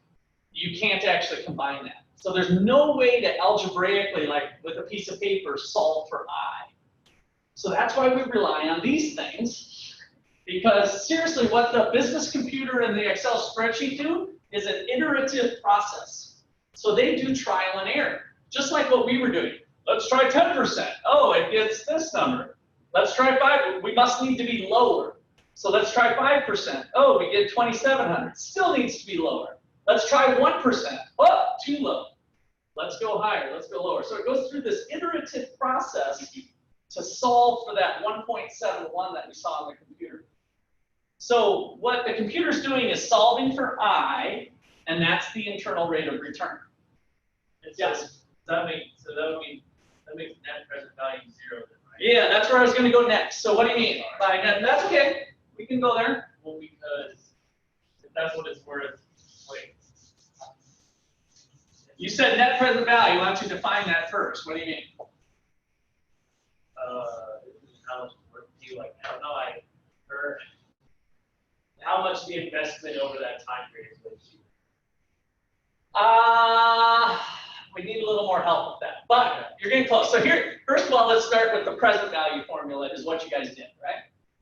So the net present value is kind of a tool. I like to think of the net present value is a tool for do it or don't. You can see where I'm going with this. I'm trying to tie this together with our marginal analysis. Do it or don't. So what's the tool? Well, we're going to take the net present value equals the present value of the future income stream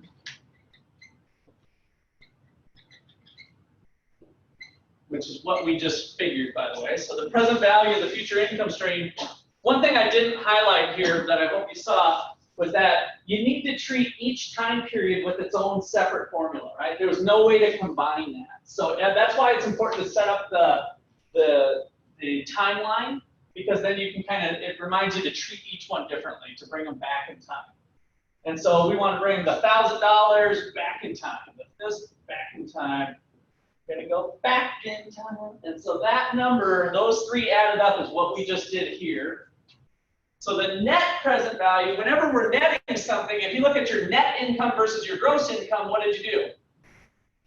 Subtracted off taxes usually, but it could be other things. But you subtracted off something. It's usually you subtracted something from the thing that's listed. So the net present value is present value minus the initial investment.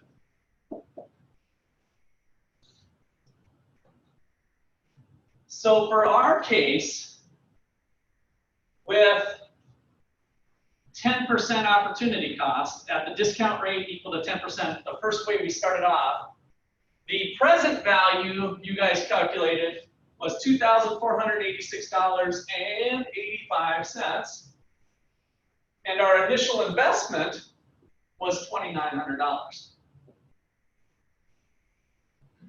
So if somebody could do the calculator there, 0.15. So negative $413.15. And so what was our decision we came to? Should we buy the machine or not when we did this one? Don't buy it, right? And so here's the decision criteria for the net present value. If the net present value is greater than 0, do it. If the net present value is negative, less than 0, which it is in this case, 413, don't do it. Do your opportunity cost. Do your other thing. Your other thing that's earning you 10% would make you more money. So do that instead.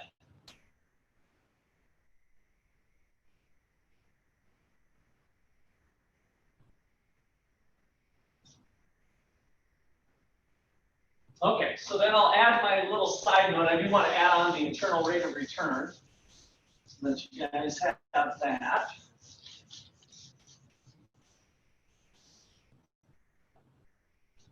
So note the internal rate of return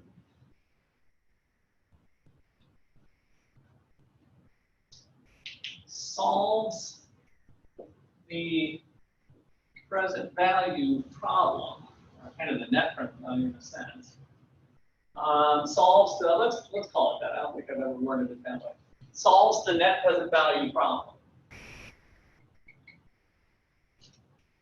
by finding the interest rate that equalizes the the present value, and the initial investment.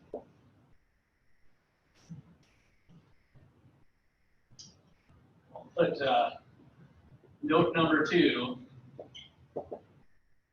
must use computer to solve. Now, you can use old tables and stuff too. You don't have to use a computer, but you need kind of some outside crutches to do that.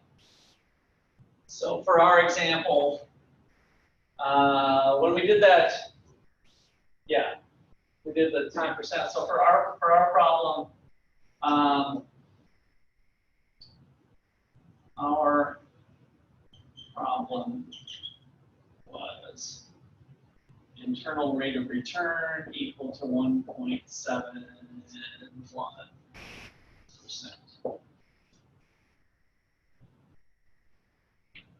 So it's kind of handy to remember that, because then you can think of, if you start talking about an investment that earns, like, hey, I got this piece of machinery and it earns a 4% rate of return, should we do it or not, right? Then all of a sudden you can kind of be in the, well, how does that compare to my opportunity cost kind of framework too? So people do go back and forth on that. All right. Questions? Do you remember present value from other classes and or your primer that you had or the MBA class? I see a few deer in the headlights looks. You guys okay? Did I hurt anybody? Okay. All right, good. So the book kind of walks you through some different problems. They won't be quite the same, but I think if you remember this, what's awesome about this is, like I said, I wanted you to internalize this, is you can apply this to anything. Like the 401k, any sort of investment, it always comes down to these 3 components. What's going out today? What am I getting over time? What am I getting at the end? And then this is just math. Calculate out the present value, lay it out, and crank it out. Okay, so let's jump into a little more PowerPoint here for this chapter, and we'll look at some problems.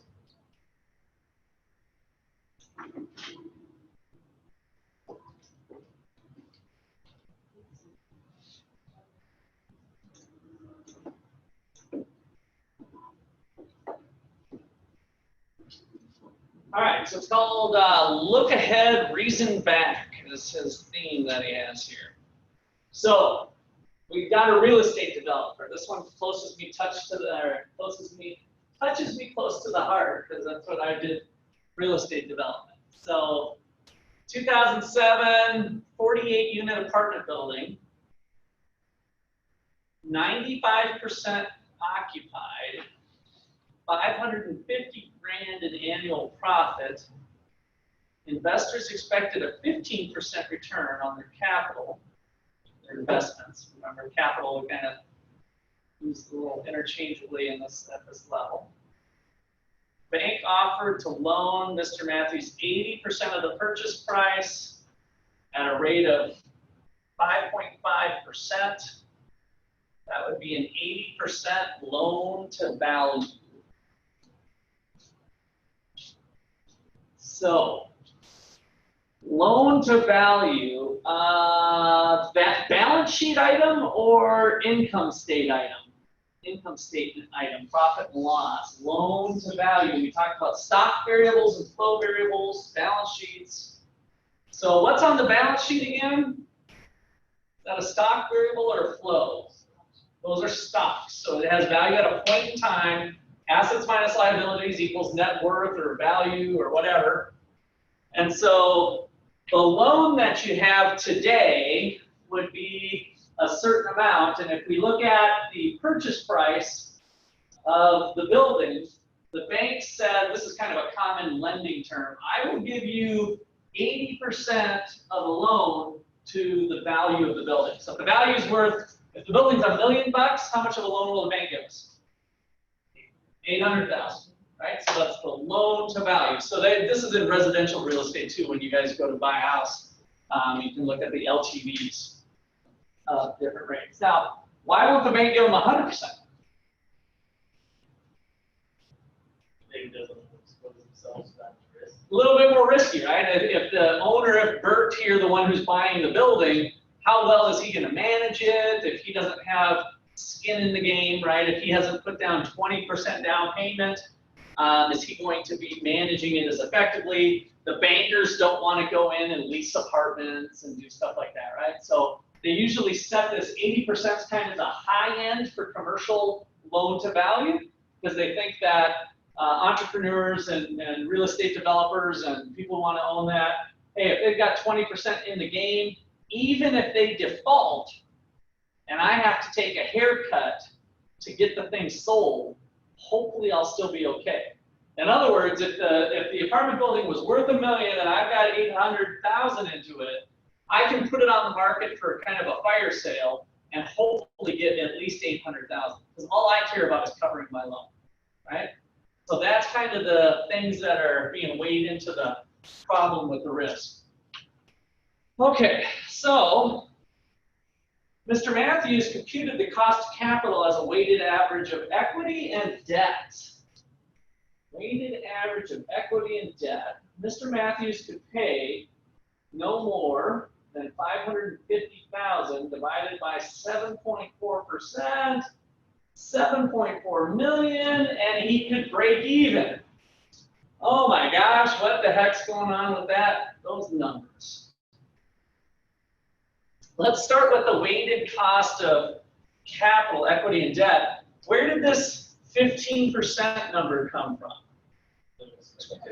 Expected return for the owner. So basically, maybe you can capture outside investors to plunk down the extra money, but they're like, hey, if I'm going to get to bed with you with this 48-unit apartment building, this thing better be generating 15% or I'm out, right?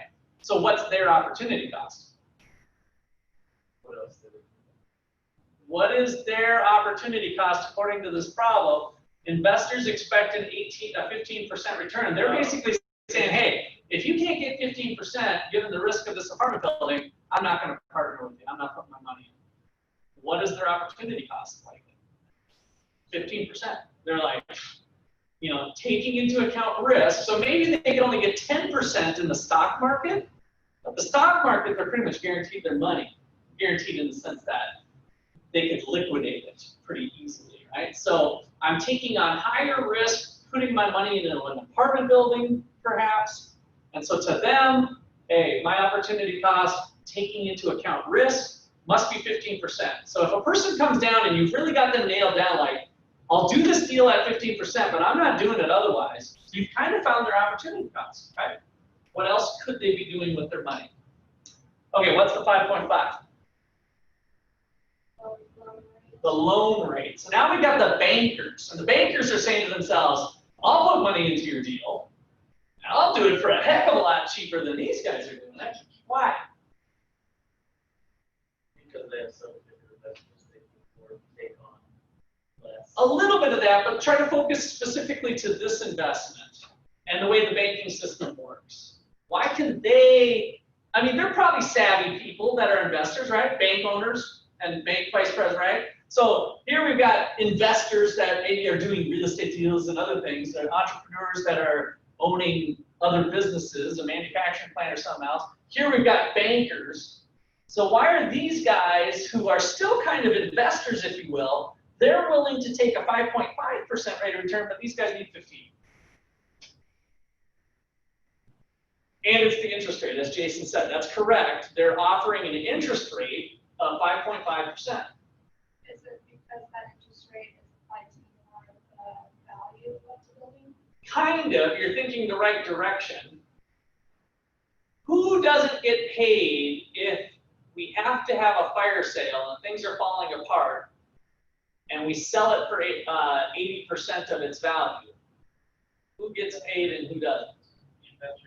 The investors don't get paid anything. And the bank gets all their money back, right? So they're in a different risk position. So when you see stuff like this, it's due to the risk that they're taking on. The banker has first dibs on the equity, on the investment, whereas the investors have last dibs, right? If we think about owning a business, how much money does the owner make? Well, what did we bring in money? What's the profit equation? Total revenue minus total cost. Good. Let me hear everybody this time. Online people too. Profit equation is? Total revenue minus total cost. Okay, good. So we got total revenue minus total cost. That's what the owner gets. If that number is a 0, the owner gets 0, right? We all kind of know that. They get the leftover. They get the profit. Sometimes the profit might be big, sometimes it might be small. So the owner takes on that risk, whereas here the banker is going to be one of those costs that are going to be paid first, right? And so they don't have to worry about the leftover. All right, enough said on that. So 80% of the deal is at this interest rate, 20% is at this interest rate. So the cost of acquiring money for Bert, the developer here, the cost of acquiring money is 7.4% on average, the weighted average of those two rates. Okay, what about this equation? 550,000 was what? Generated profit. Generate profit, good. And we're dividing it by 7.4. Does anybody know that one? That's a little bit weird. This is one of those things that they might talk about a little bit in the book, but it might be a little bit out there. Is $550,000 5 years from now worth more or less than $550,000 1 year from now? Less, right? So further out, it's worth less, which would mean we'd have to do this. 550,000 divided by 1 point something, 1.74, raised to the 1 power, 550,000 divided by this, raised to the 1, right? And so there's, whoops, I need to break things here. I use this from all the time. There's a little shortcut method. Since we don't have an ending time, that equation goes off into infinity. In theory, like you'd be writing for a long time, right? 550,000 divided by, oh, this is so, why did Russ give us this homework problem? 550,000 divided by 1 plus 0.074 raised to the 174th power. And you just keep going forever, right? So if you solve that equation, it turns out through a little mathematical quirk, one of the beautiful things of mathematics is that it's simply the annual cash flow for the first year divided by I. Pretty cool. You just get that rate, and that gives you the present value today. So this is called the present value of an annuity. You might remember from some classes way on back. So, like with a bond that pays into perpetuity, the coupon payment divided by the interest rate gives you the value of the bond today.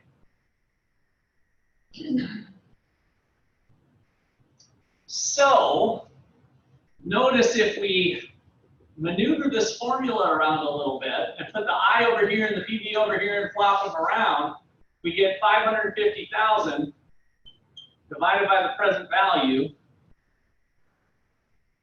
or what financial people call and real estate people call the capitalization rate, the cap rate. Maybe you've heard that for those of you who had some finance classes.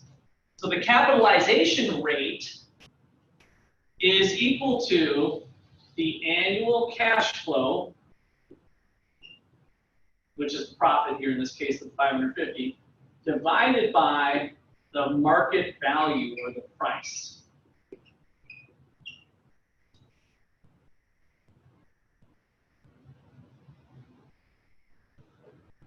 So, long story short, when this doesn't have any ending period, so this goes on infinitely, the mathematical beauty is that that crazy complicated formula collapses down to this little gem and makes it really easy. And so that's a normal real estate variable that will be presented when you're looking at a deal. And they'll just take, okay, oh, we're looking at profit here, And so I'm estimating that the value of this property is 7.4 million. That is the break-even price now that we could offer. All right, questions or comments there? Your book will kind of nurse a little bit of that along, but that one they do kind of throw out there. All right, so he decided not to buy the building. A good decision. So the building was 90% occupied once it got into the financial crisis and generated $500,000. The financial crisis lowered the bank's case for risk, and the deal is now 65% loan to value. So what happened during the financial crisis that I unfortunately learned all too well is that the bank can say, oh, well, we used to have an 80% loan to value, but now we just changed it to 65. No big deal, just bring in some cash, right? So in this case, when we're talking about cash, again, going back to that simple $1 million deal, with a $1 million deal and an 80% loan to value, how much cash did I need to bring to the table? $200,000. Now how much cash do I need to bring to the table? Yeah, $350,000. So now the bank's saying, oh, we'll keep your loan intact, just give us another $150,000. Well, good luck doing that when the economy's down and finding other investors, and the investors want to earn more money as well, with the building at 90% occupied. Okay, so this is how that changes the cost of capital. A higher interest rate, 65%. These guys still want 15%. Cost of capital is 10. So the break-even price is now 5.4 million. And so these variables matter as you're looking at it. And you want to take a more complex analysis than this, but this kind of gets the ball rolling to show you why it's important to calculate some of these numbers and taking the time value of money into account. So how do you have a break-even point for a continuous cash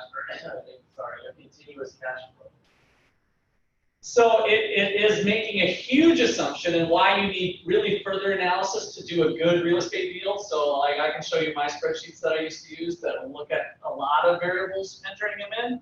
But this one, again, very simply says, let's assume that the cash flow of 550 is going to continue on forever. Now that's a pretty wild assumption, especially in real estate, right? With vacancy rates and other things that could go wrong. But if you don't have any better information, then it's at least a statistic that you can look at and say, oh, okay, hypothetically, if it stayed the same. Now, if you know it's getting better, then this number would get better. If you think it's going to be, well, I think we're in a good area, and it's a growing area, and Ottawa University is growing, and so I think we should do this deal in Ottawa, Kansas, right? That type of talk. Then the statistic isn't, it's not that you shouldn't throw it out the window, but you need to think about it. And then again, think about worst case scenario. What happens if it drops to 500? What happens if interest rates change? So you can do all these little scenario analysis as you're trying to make an offer on a property of what is your break-even price. Okay, anything else there?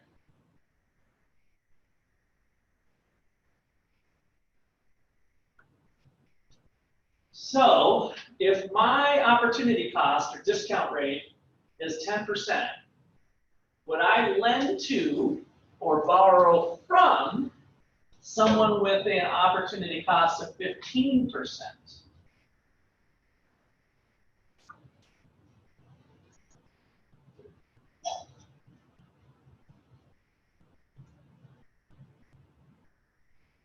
So you have an opportunity cost of 10.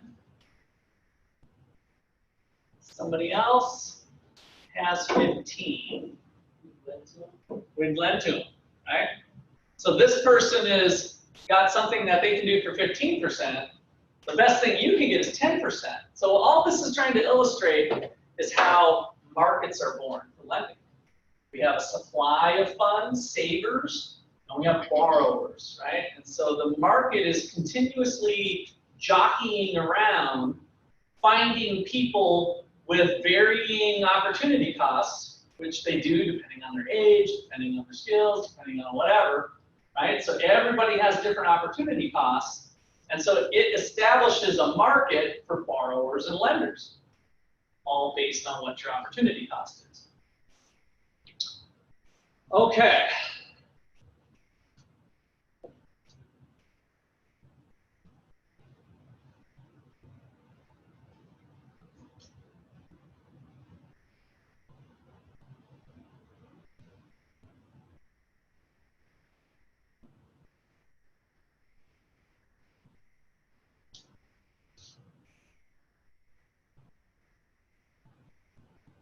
Okay, so questions on that? Kind of a restatement of what we've done. So we got the WACC now, the weighted average cost of capital. So companies have discount rates, individuals have discount rates.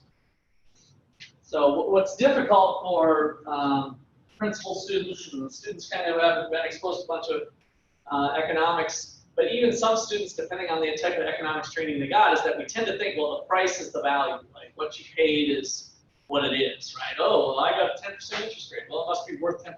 Well, no, it's not.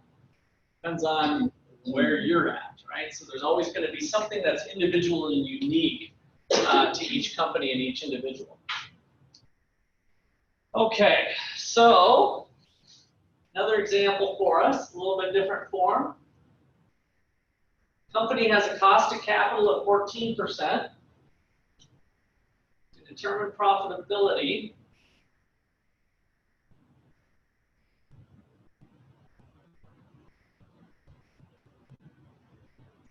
what do we got? So inflow, project 1, project 2. So what do we got here for present value?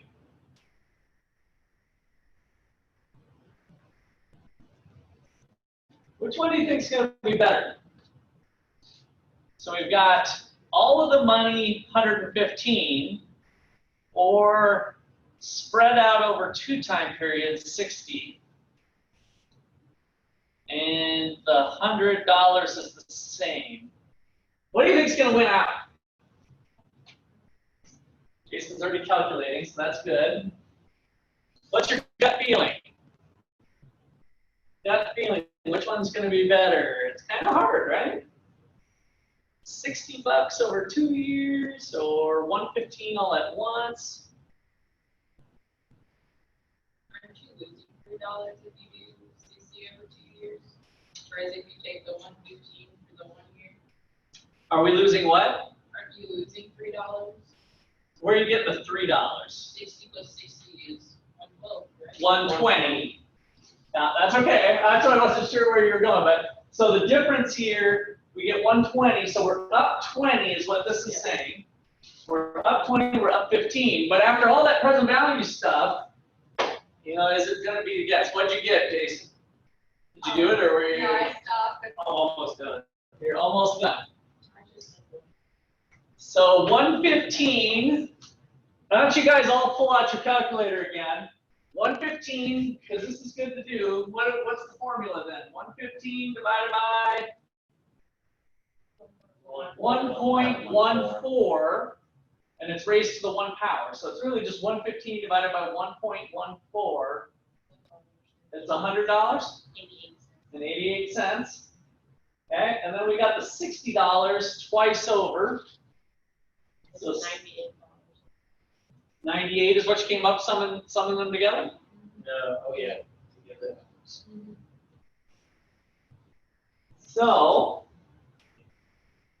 with that high of a discount rate, it made a difference. So, what happens if this was 5%?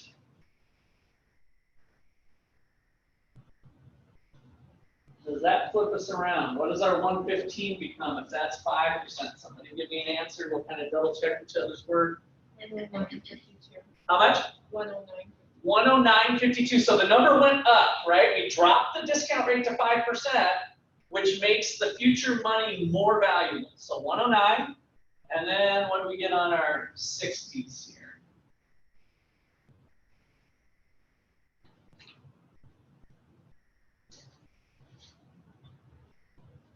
$111.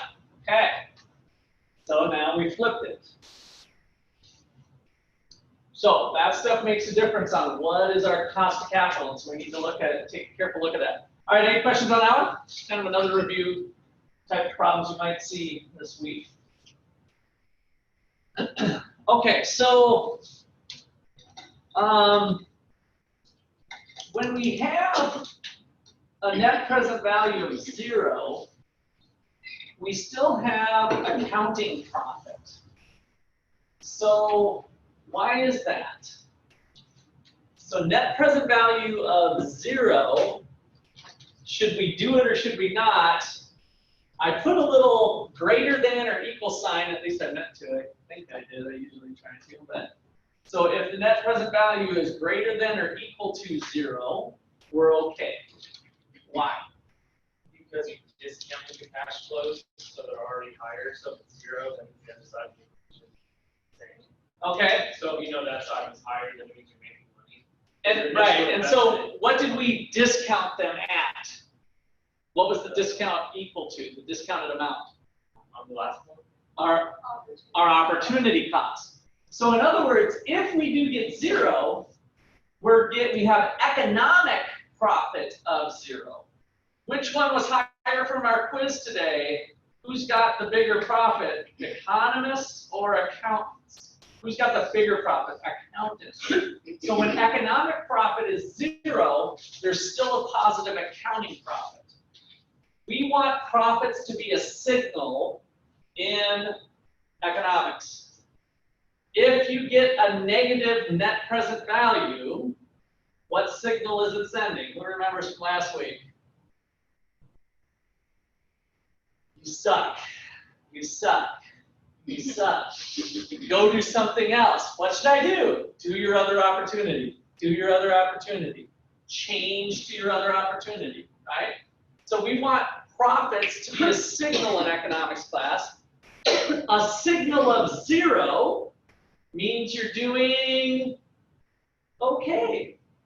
You can't do better elsewhere. You can't do better elsewhere. You're fine. You're okay. But I'd like to make more money. Great. Make more money. But currently, you can't make more money by switching and doing your other thing. Right? So don't switch. You're okay. You're making a normal profit. Your accounting profit is something positive, and it's a normal profit that's covering your implicit costs as well as your explicit costs. Okay, questions or comments on that? All right, so when we have a positive NPV, we're covering more than the cost of capital. I mentioned the internal rate of return. That solves that problem. Okay, break-even quantity is the amount you need to sell to just cover your costs. So, how many hamburgers, back to my grill, how many hamburgers would I need to sell to break even, right? So that's what I'm kind of thinking about. So what's our cost breakdown again? What types of costs do we have? Fixed cost and variable cost, right? So we learned that variable cost is what goes into the marginal cost equation. But how many would I need to sell to kind of break even, including my fixed cost overall, kind of starting from 0? And so here's the formula that we get that kind of makes sense once we break it down. So I need to sell this many units, where if I take my fixed cost of my rent on my building and everything, let's say it's $10,000, and I sell my hamburgers for $1, and each hamburger costs me, at the margin, 16 cents, I'm going to make 84 cents per burger. How many burgers do I need to sell that I'm going to make 84 cents on to pay for $10,000? Then I'll be breaking even with my overall profit, break even, right? So economic profit equals 0. So a couple things that I want to call to your attention that you'll see. I kind of made a big deal about marginal costs going up, and we spent a lot of time doing that. Long-diminishing returns. Those are super important principles. But to keep numbers easy, you'll see in the textbook and in your problems that they'll assume marginal cost is constant sometimes. So don't be alarmed when you're like, oh, hey, well, you can't keep adding quantity and each one costs you $5 each time. Well, we'll make that simplifying assumption in some of the problems. So here, on a problem like this, we probably have that there. So this has a special name, contribution margin. That's something that we use in sales. So price minus marginal cost is the contribution margin. And so you can think about that hamburger that I sell for $1 and it costs me 16 cents, gave me 84 cents to contribute to my fixed cost. So that's your contribution margin. The extra units, how much am I throwing at fixed cost? I've covered all my variable costs, remember here. The calculation of marginal cost includes variable cost. So then the difference is what I'm able to contribute towards fixed costs. Questions on that one?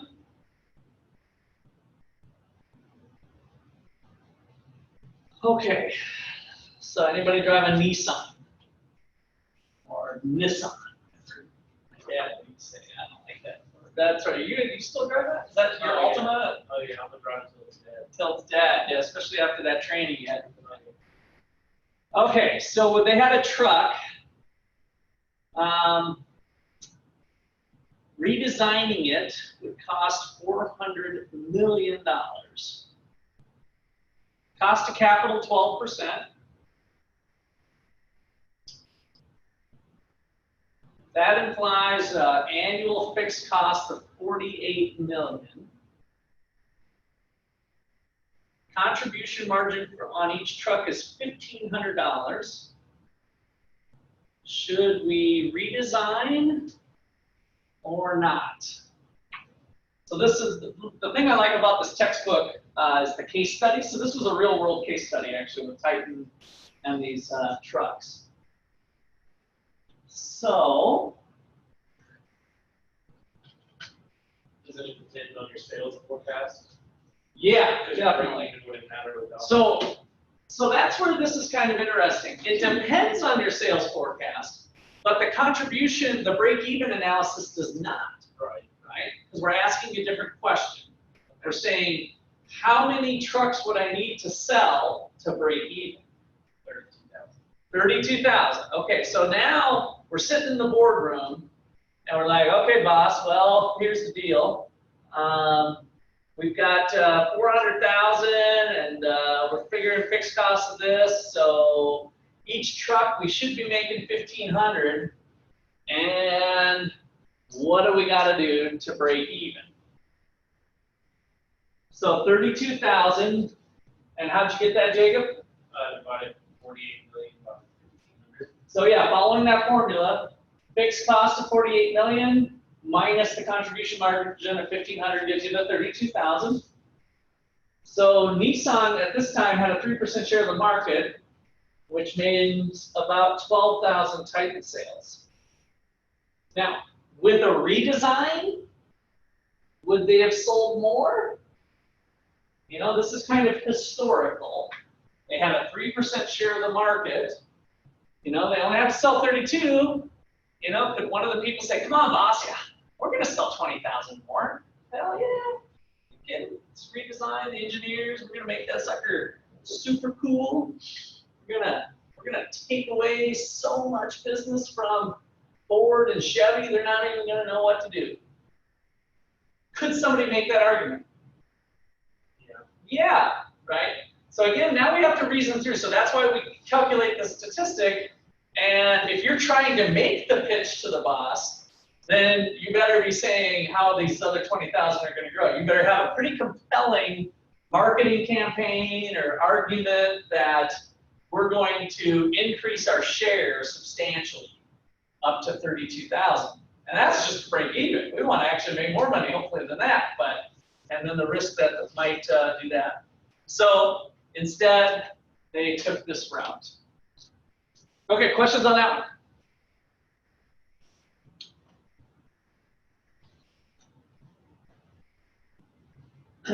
So, shut down.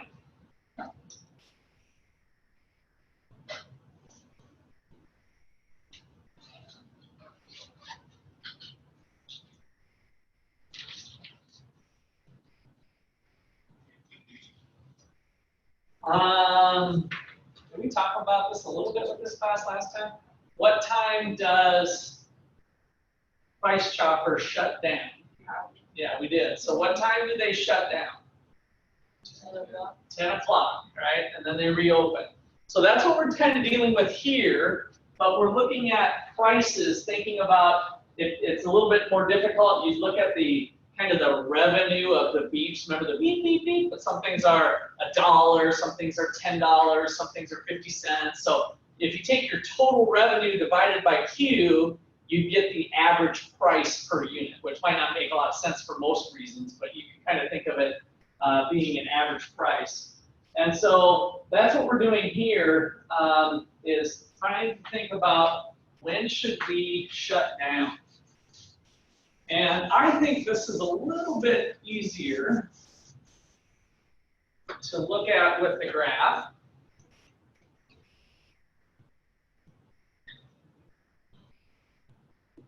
Average total cost, average variable cost, marginal cost, or minimum point, marginal cost.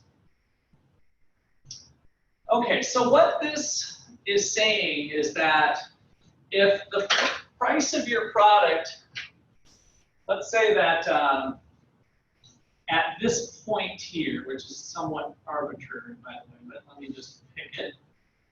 We've got 1,000 units, and this is saying that the cost of the 1,000th unit is $10, and the cost of all, on average, of all 1,000 units happens to be $10 too, right? So we go up to the average total cost curve, and it's $10, and we go up to the marginal cost curve, and it's $10. So what would be true of the cost of the 1,001 unit? The first unit after 1,000, what would its cost be relative to 10? Higher or lower? Higher, right? So the costs are going up, which is going to start to bring up the average again. Okay. So same thing, similar is going down here, where this is the minimum point, but now we're looking at variable costs, which depending on your breakdown of how much fixed cost versus variable cost you have, that could make this fatter or sloper or steeper or whatever. The shape of that depends on your particular mix of fixed costs and variable costs for your company, right? So for this company, at this point here, which let's call it 480 units. So at 480 units, the average variable cost per unit is $4 and looks like 82 cents. $4.82. So, if you can sell your average number of beeps for $3, should you be open? No. If the price isn't covering the variable cost on average, you're not making enough money. But on the flip side, if your price is, let's say, $6 on average, are you making money overall?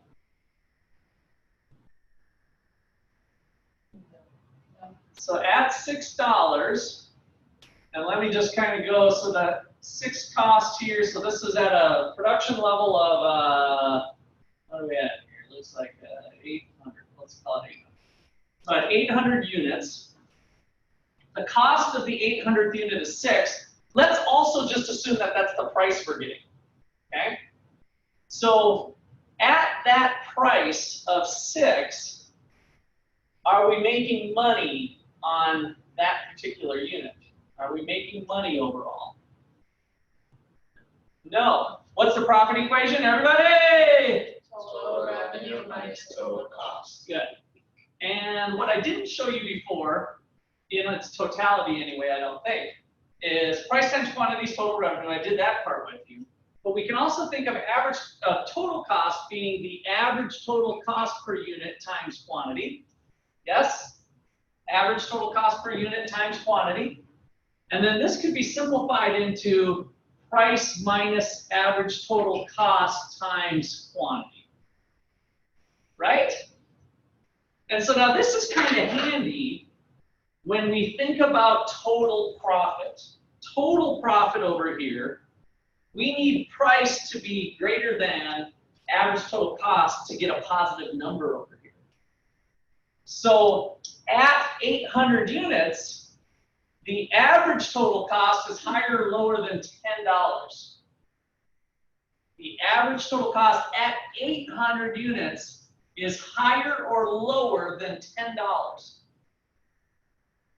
Higher, a little bit higher. Remember, you go up to the average total cost curve, hang a left, and the average cost here was maybe $10.15. It went up a little bit because we're not at the minimum point anymore, right? So average total cost is around 10 bucks. It's okay to think about it that way because my price is 6. So I'm losing money. So why don't I shut down? Is it worth it to stay open on this hour? Is it worth it to stay open at $6? Am I contributing? I don't have contribute up here, do I? Oh, yes, I do, right? Well, that's not quite it. Am I contributing anything to my fixed costs? Am I contributing anything to my fixed costs? Yes. So my variable costs, I go up to the average variable cost curve, I hang a left, and let's just say this number is $5. So I'm covering all of my variable costs, right? Remember the people working the cash register and the lights and to stay open at 11 o'clock at night. And I'm selling on average, I'm getting a price of $6. So how much am I contributing towards my rent? $1 for each unit times 800. I'm contributing $800 towards the rent payment, right? So here, you should still stay open. If this is what it looks like at 11 o'clock, you should be open at 11 o'clock, price chopper. Now, at midnight, if nobody's coming through the door except a couple of people that are looking for beer or something, and so we're getting $2 on average, should I stay open? No, because I'm not covering the person at the cash register. That minimum point's $4.82. I'm not covering the cash register people. I'm not covering the other staff of the electricity. I'm not covering my variable costs. So not only am I not contributing to my fixed costs, to my rent, I'm also losing money on my labor and everything else. And so what would be smarter to do if the price is less than the average variable cost? Shut down. When I shut down, I'm only losing my fixed costs. I'm only losing my rent, right? I'm only losing my fixed costs. Whereas if I stay open, I'm not only losing my rent, but I'm also losing some variable costs on my labor that I could have just shut down and not been open. Okay? Questions on that? So that is your textbook also, I tend not to use this concept, but, or this term, the way I've just taught it for years, but avoidable costs. It's a good term. I'm not knocking it, but I didn't bring it up before. So he talks about avoidable costs, which is really your variable costs, right? The ones that you can avoid if you shut down. Your electricity, your cash register, whatever. Okay. Anything else there? Woo! We've had some good lessons so far. A few more things to get through and we'll be done. All right.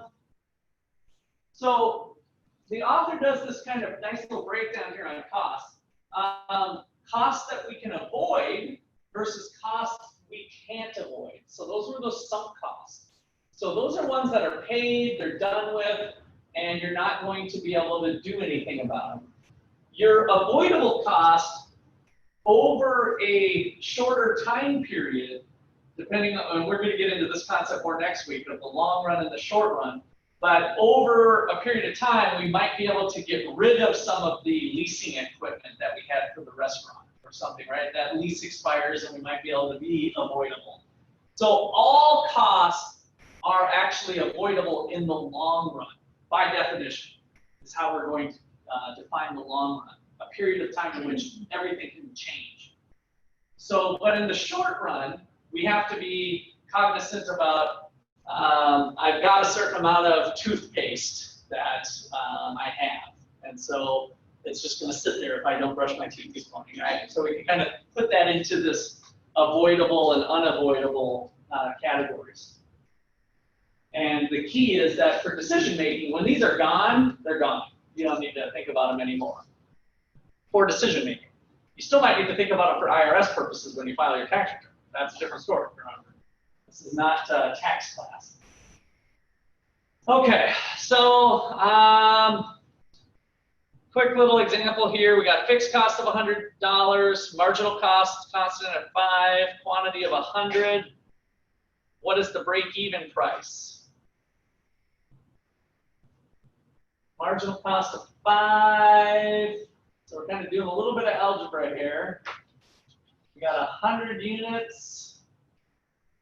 What price do I need to get to break even, thinking about this taxonomy?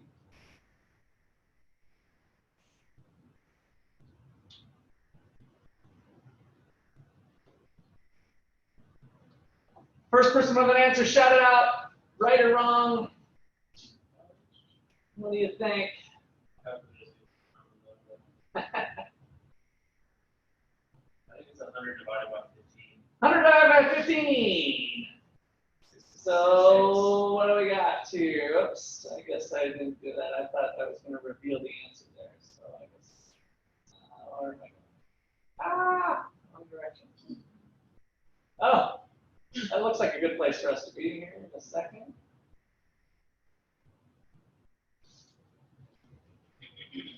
So remember, it's price minus cost. So if I did a $6 price, what would a $6 price make me per unit? Contribution margin. What would a $6 price do? $1. How many units? $100. And that covers it. So $6 is your break-even price. All we're doing is taking that break-even analysis and solving for P this time for this purpose. Okay, we can skip this one, even though it is kind of a decent problem. So hold up. So the last part of this chapter talks about a concept called hold up, and I skipped over that little example. He's got the exact same thing in the book, but the idea is that you should be careful about the timing of when the numbers are coming in, because somebody might be able to hold you up on the deal if you think they were for sure going to take an action and then they don't later. So he calls it the hold up problem, of where they kind of screw you over. Hey, you said you were going to do this thing, kind of like our tree example, but you didn't cut down all the trees.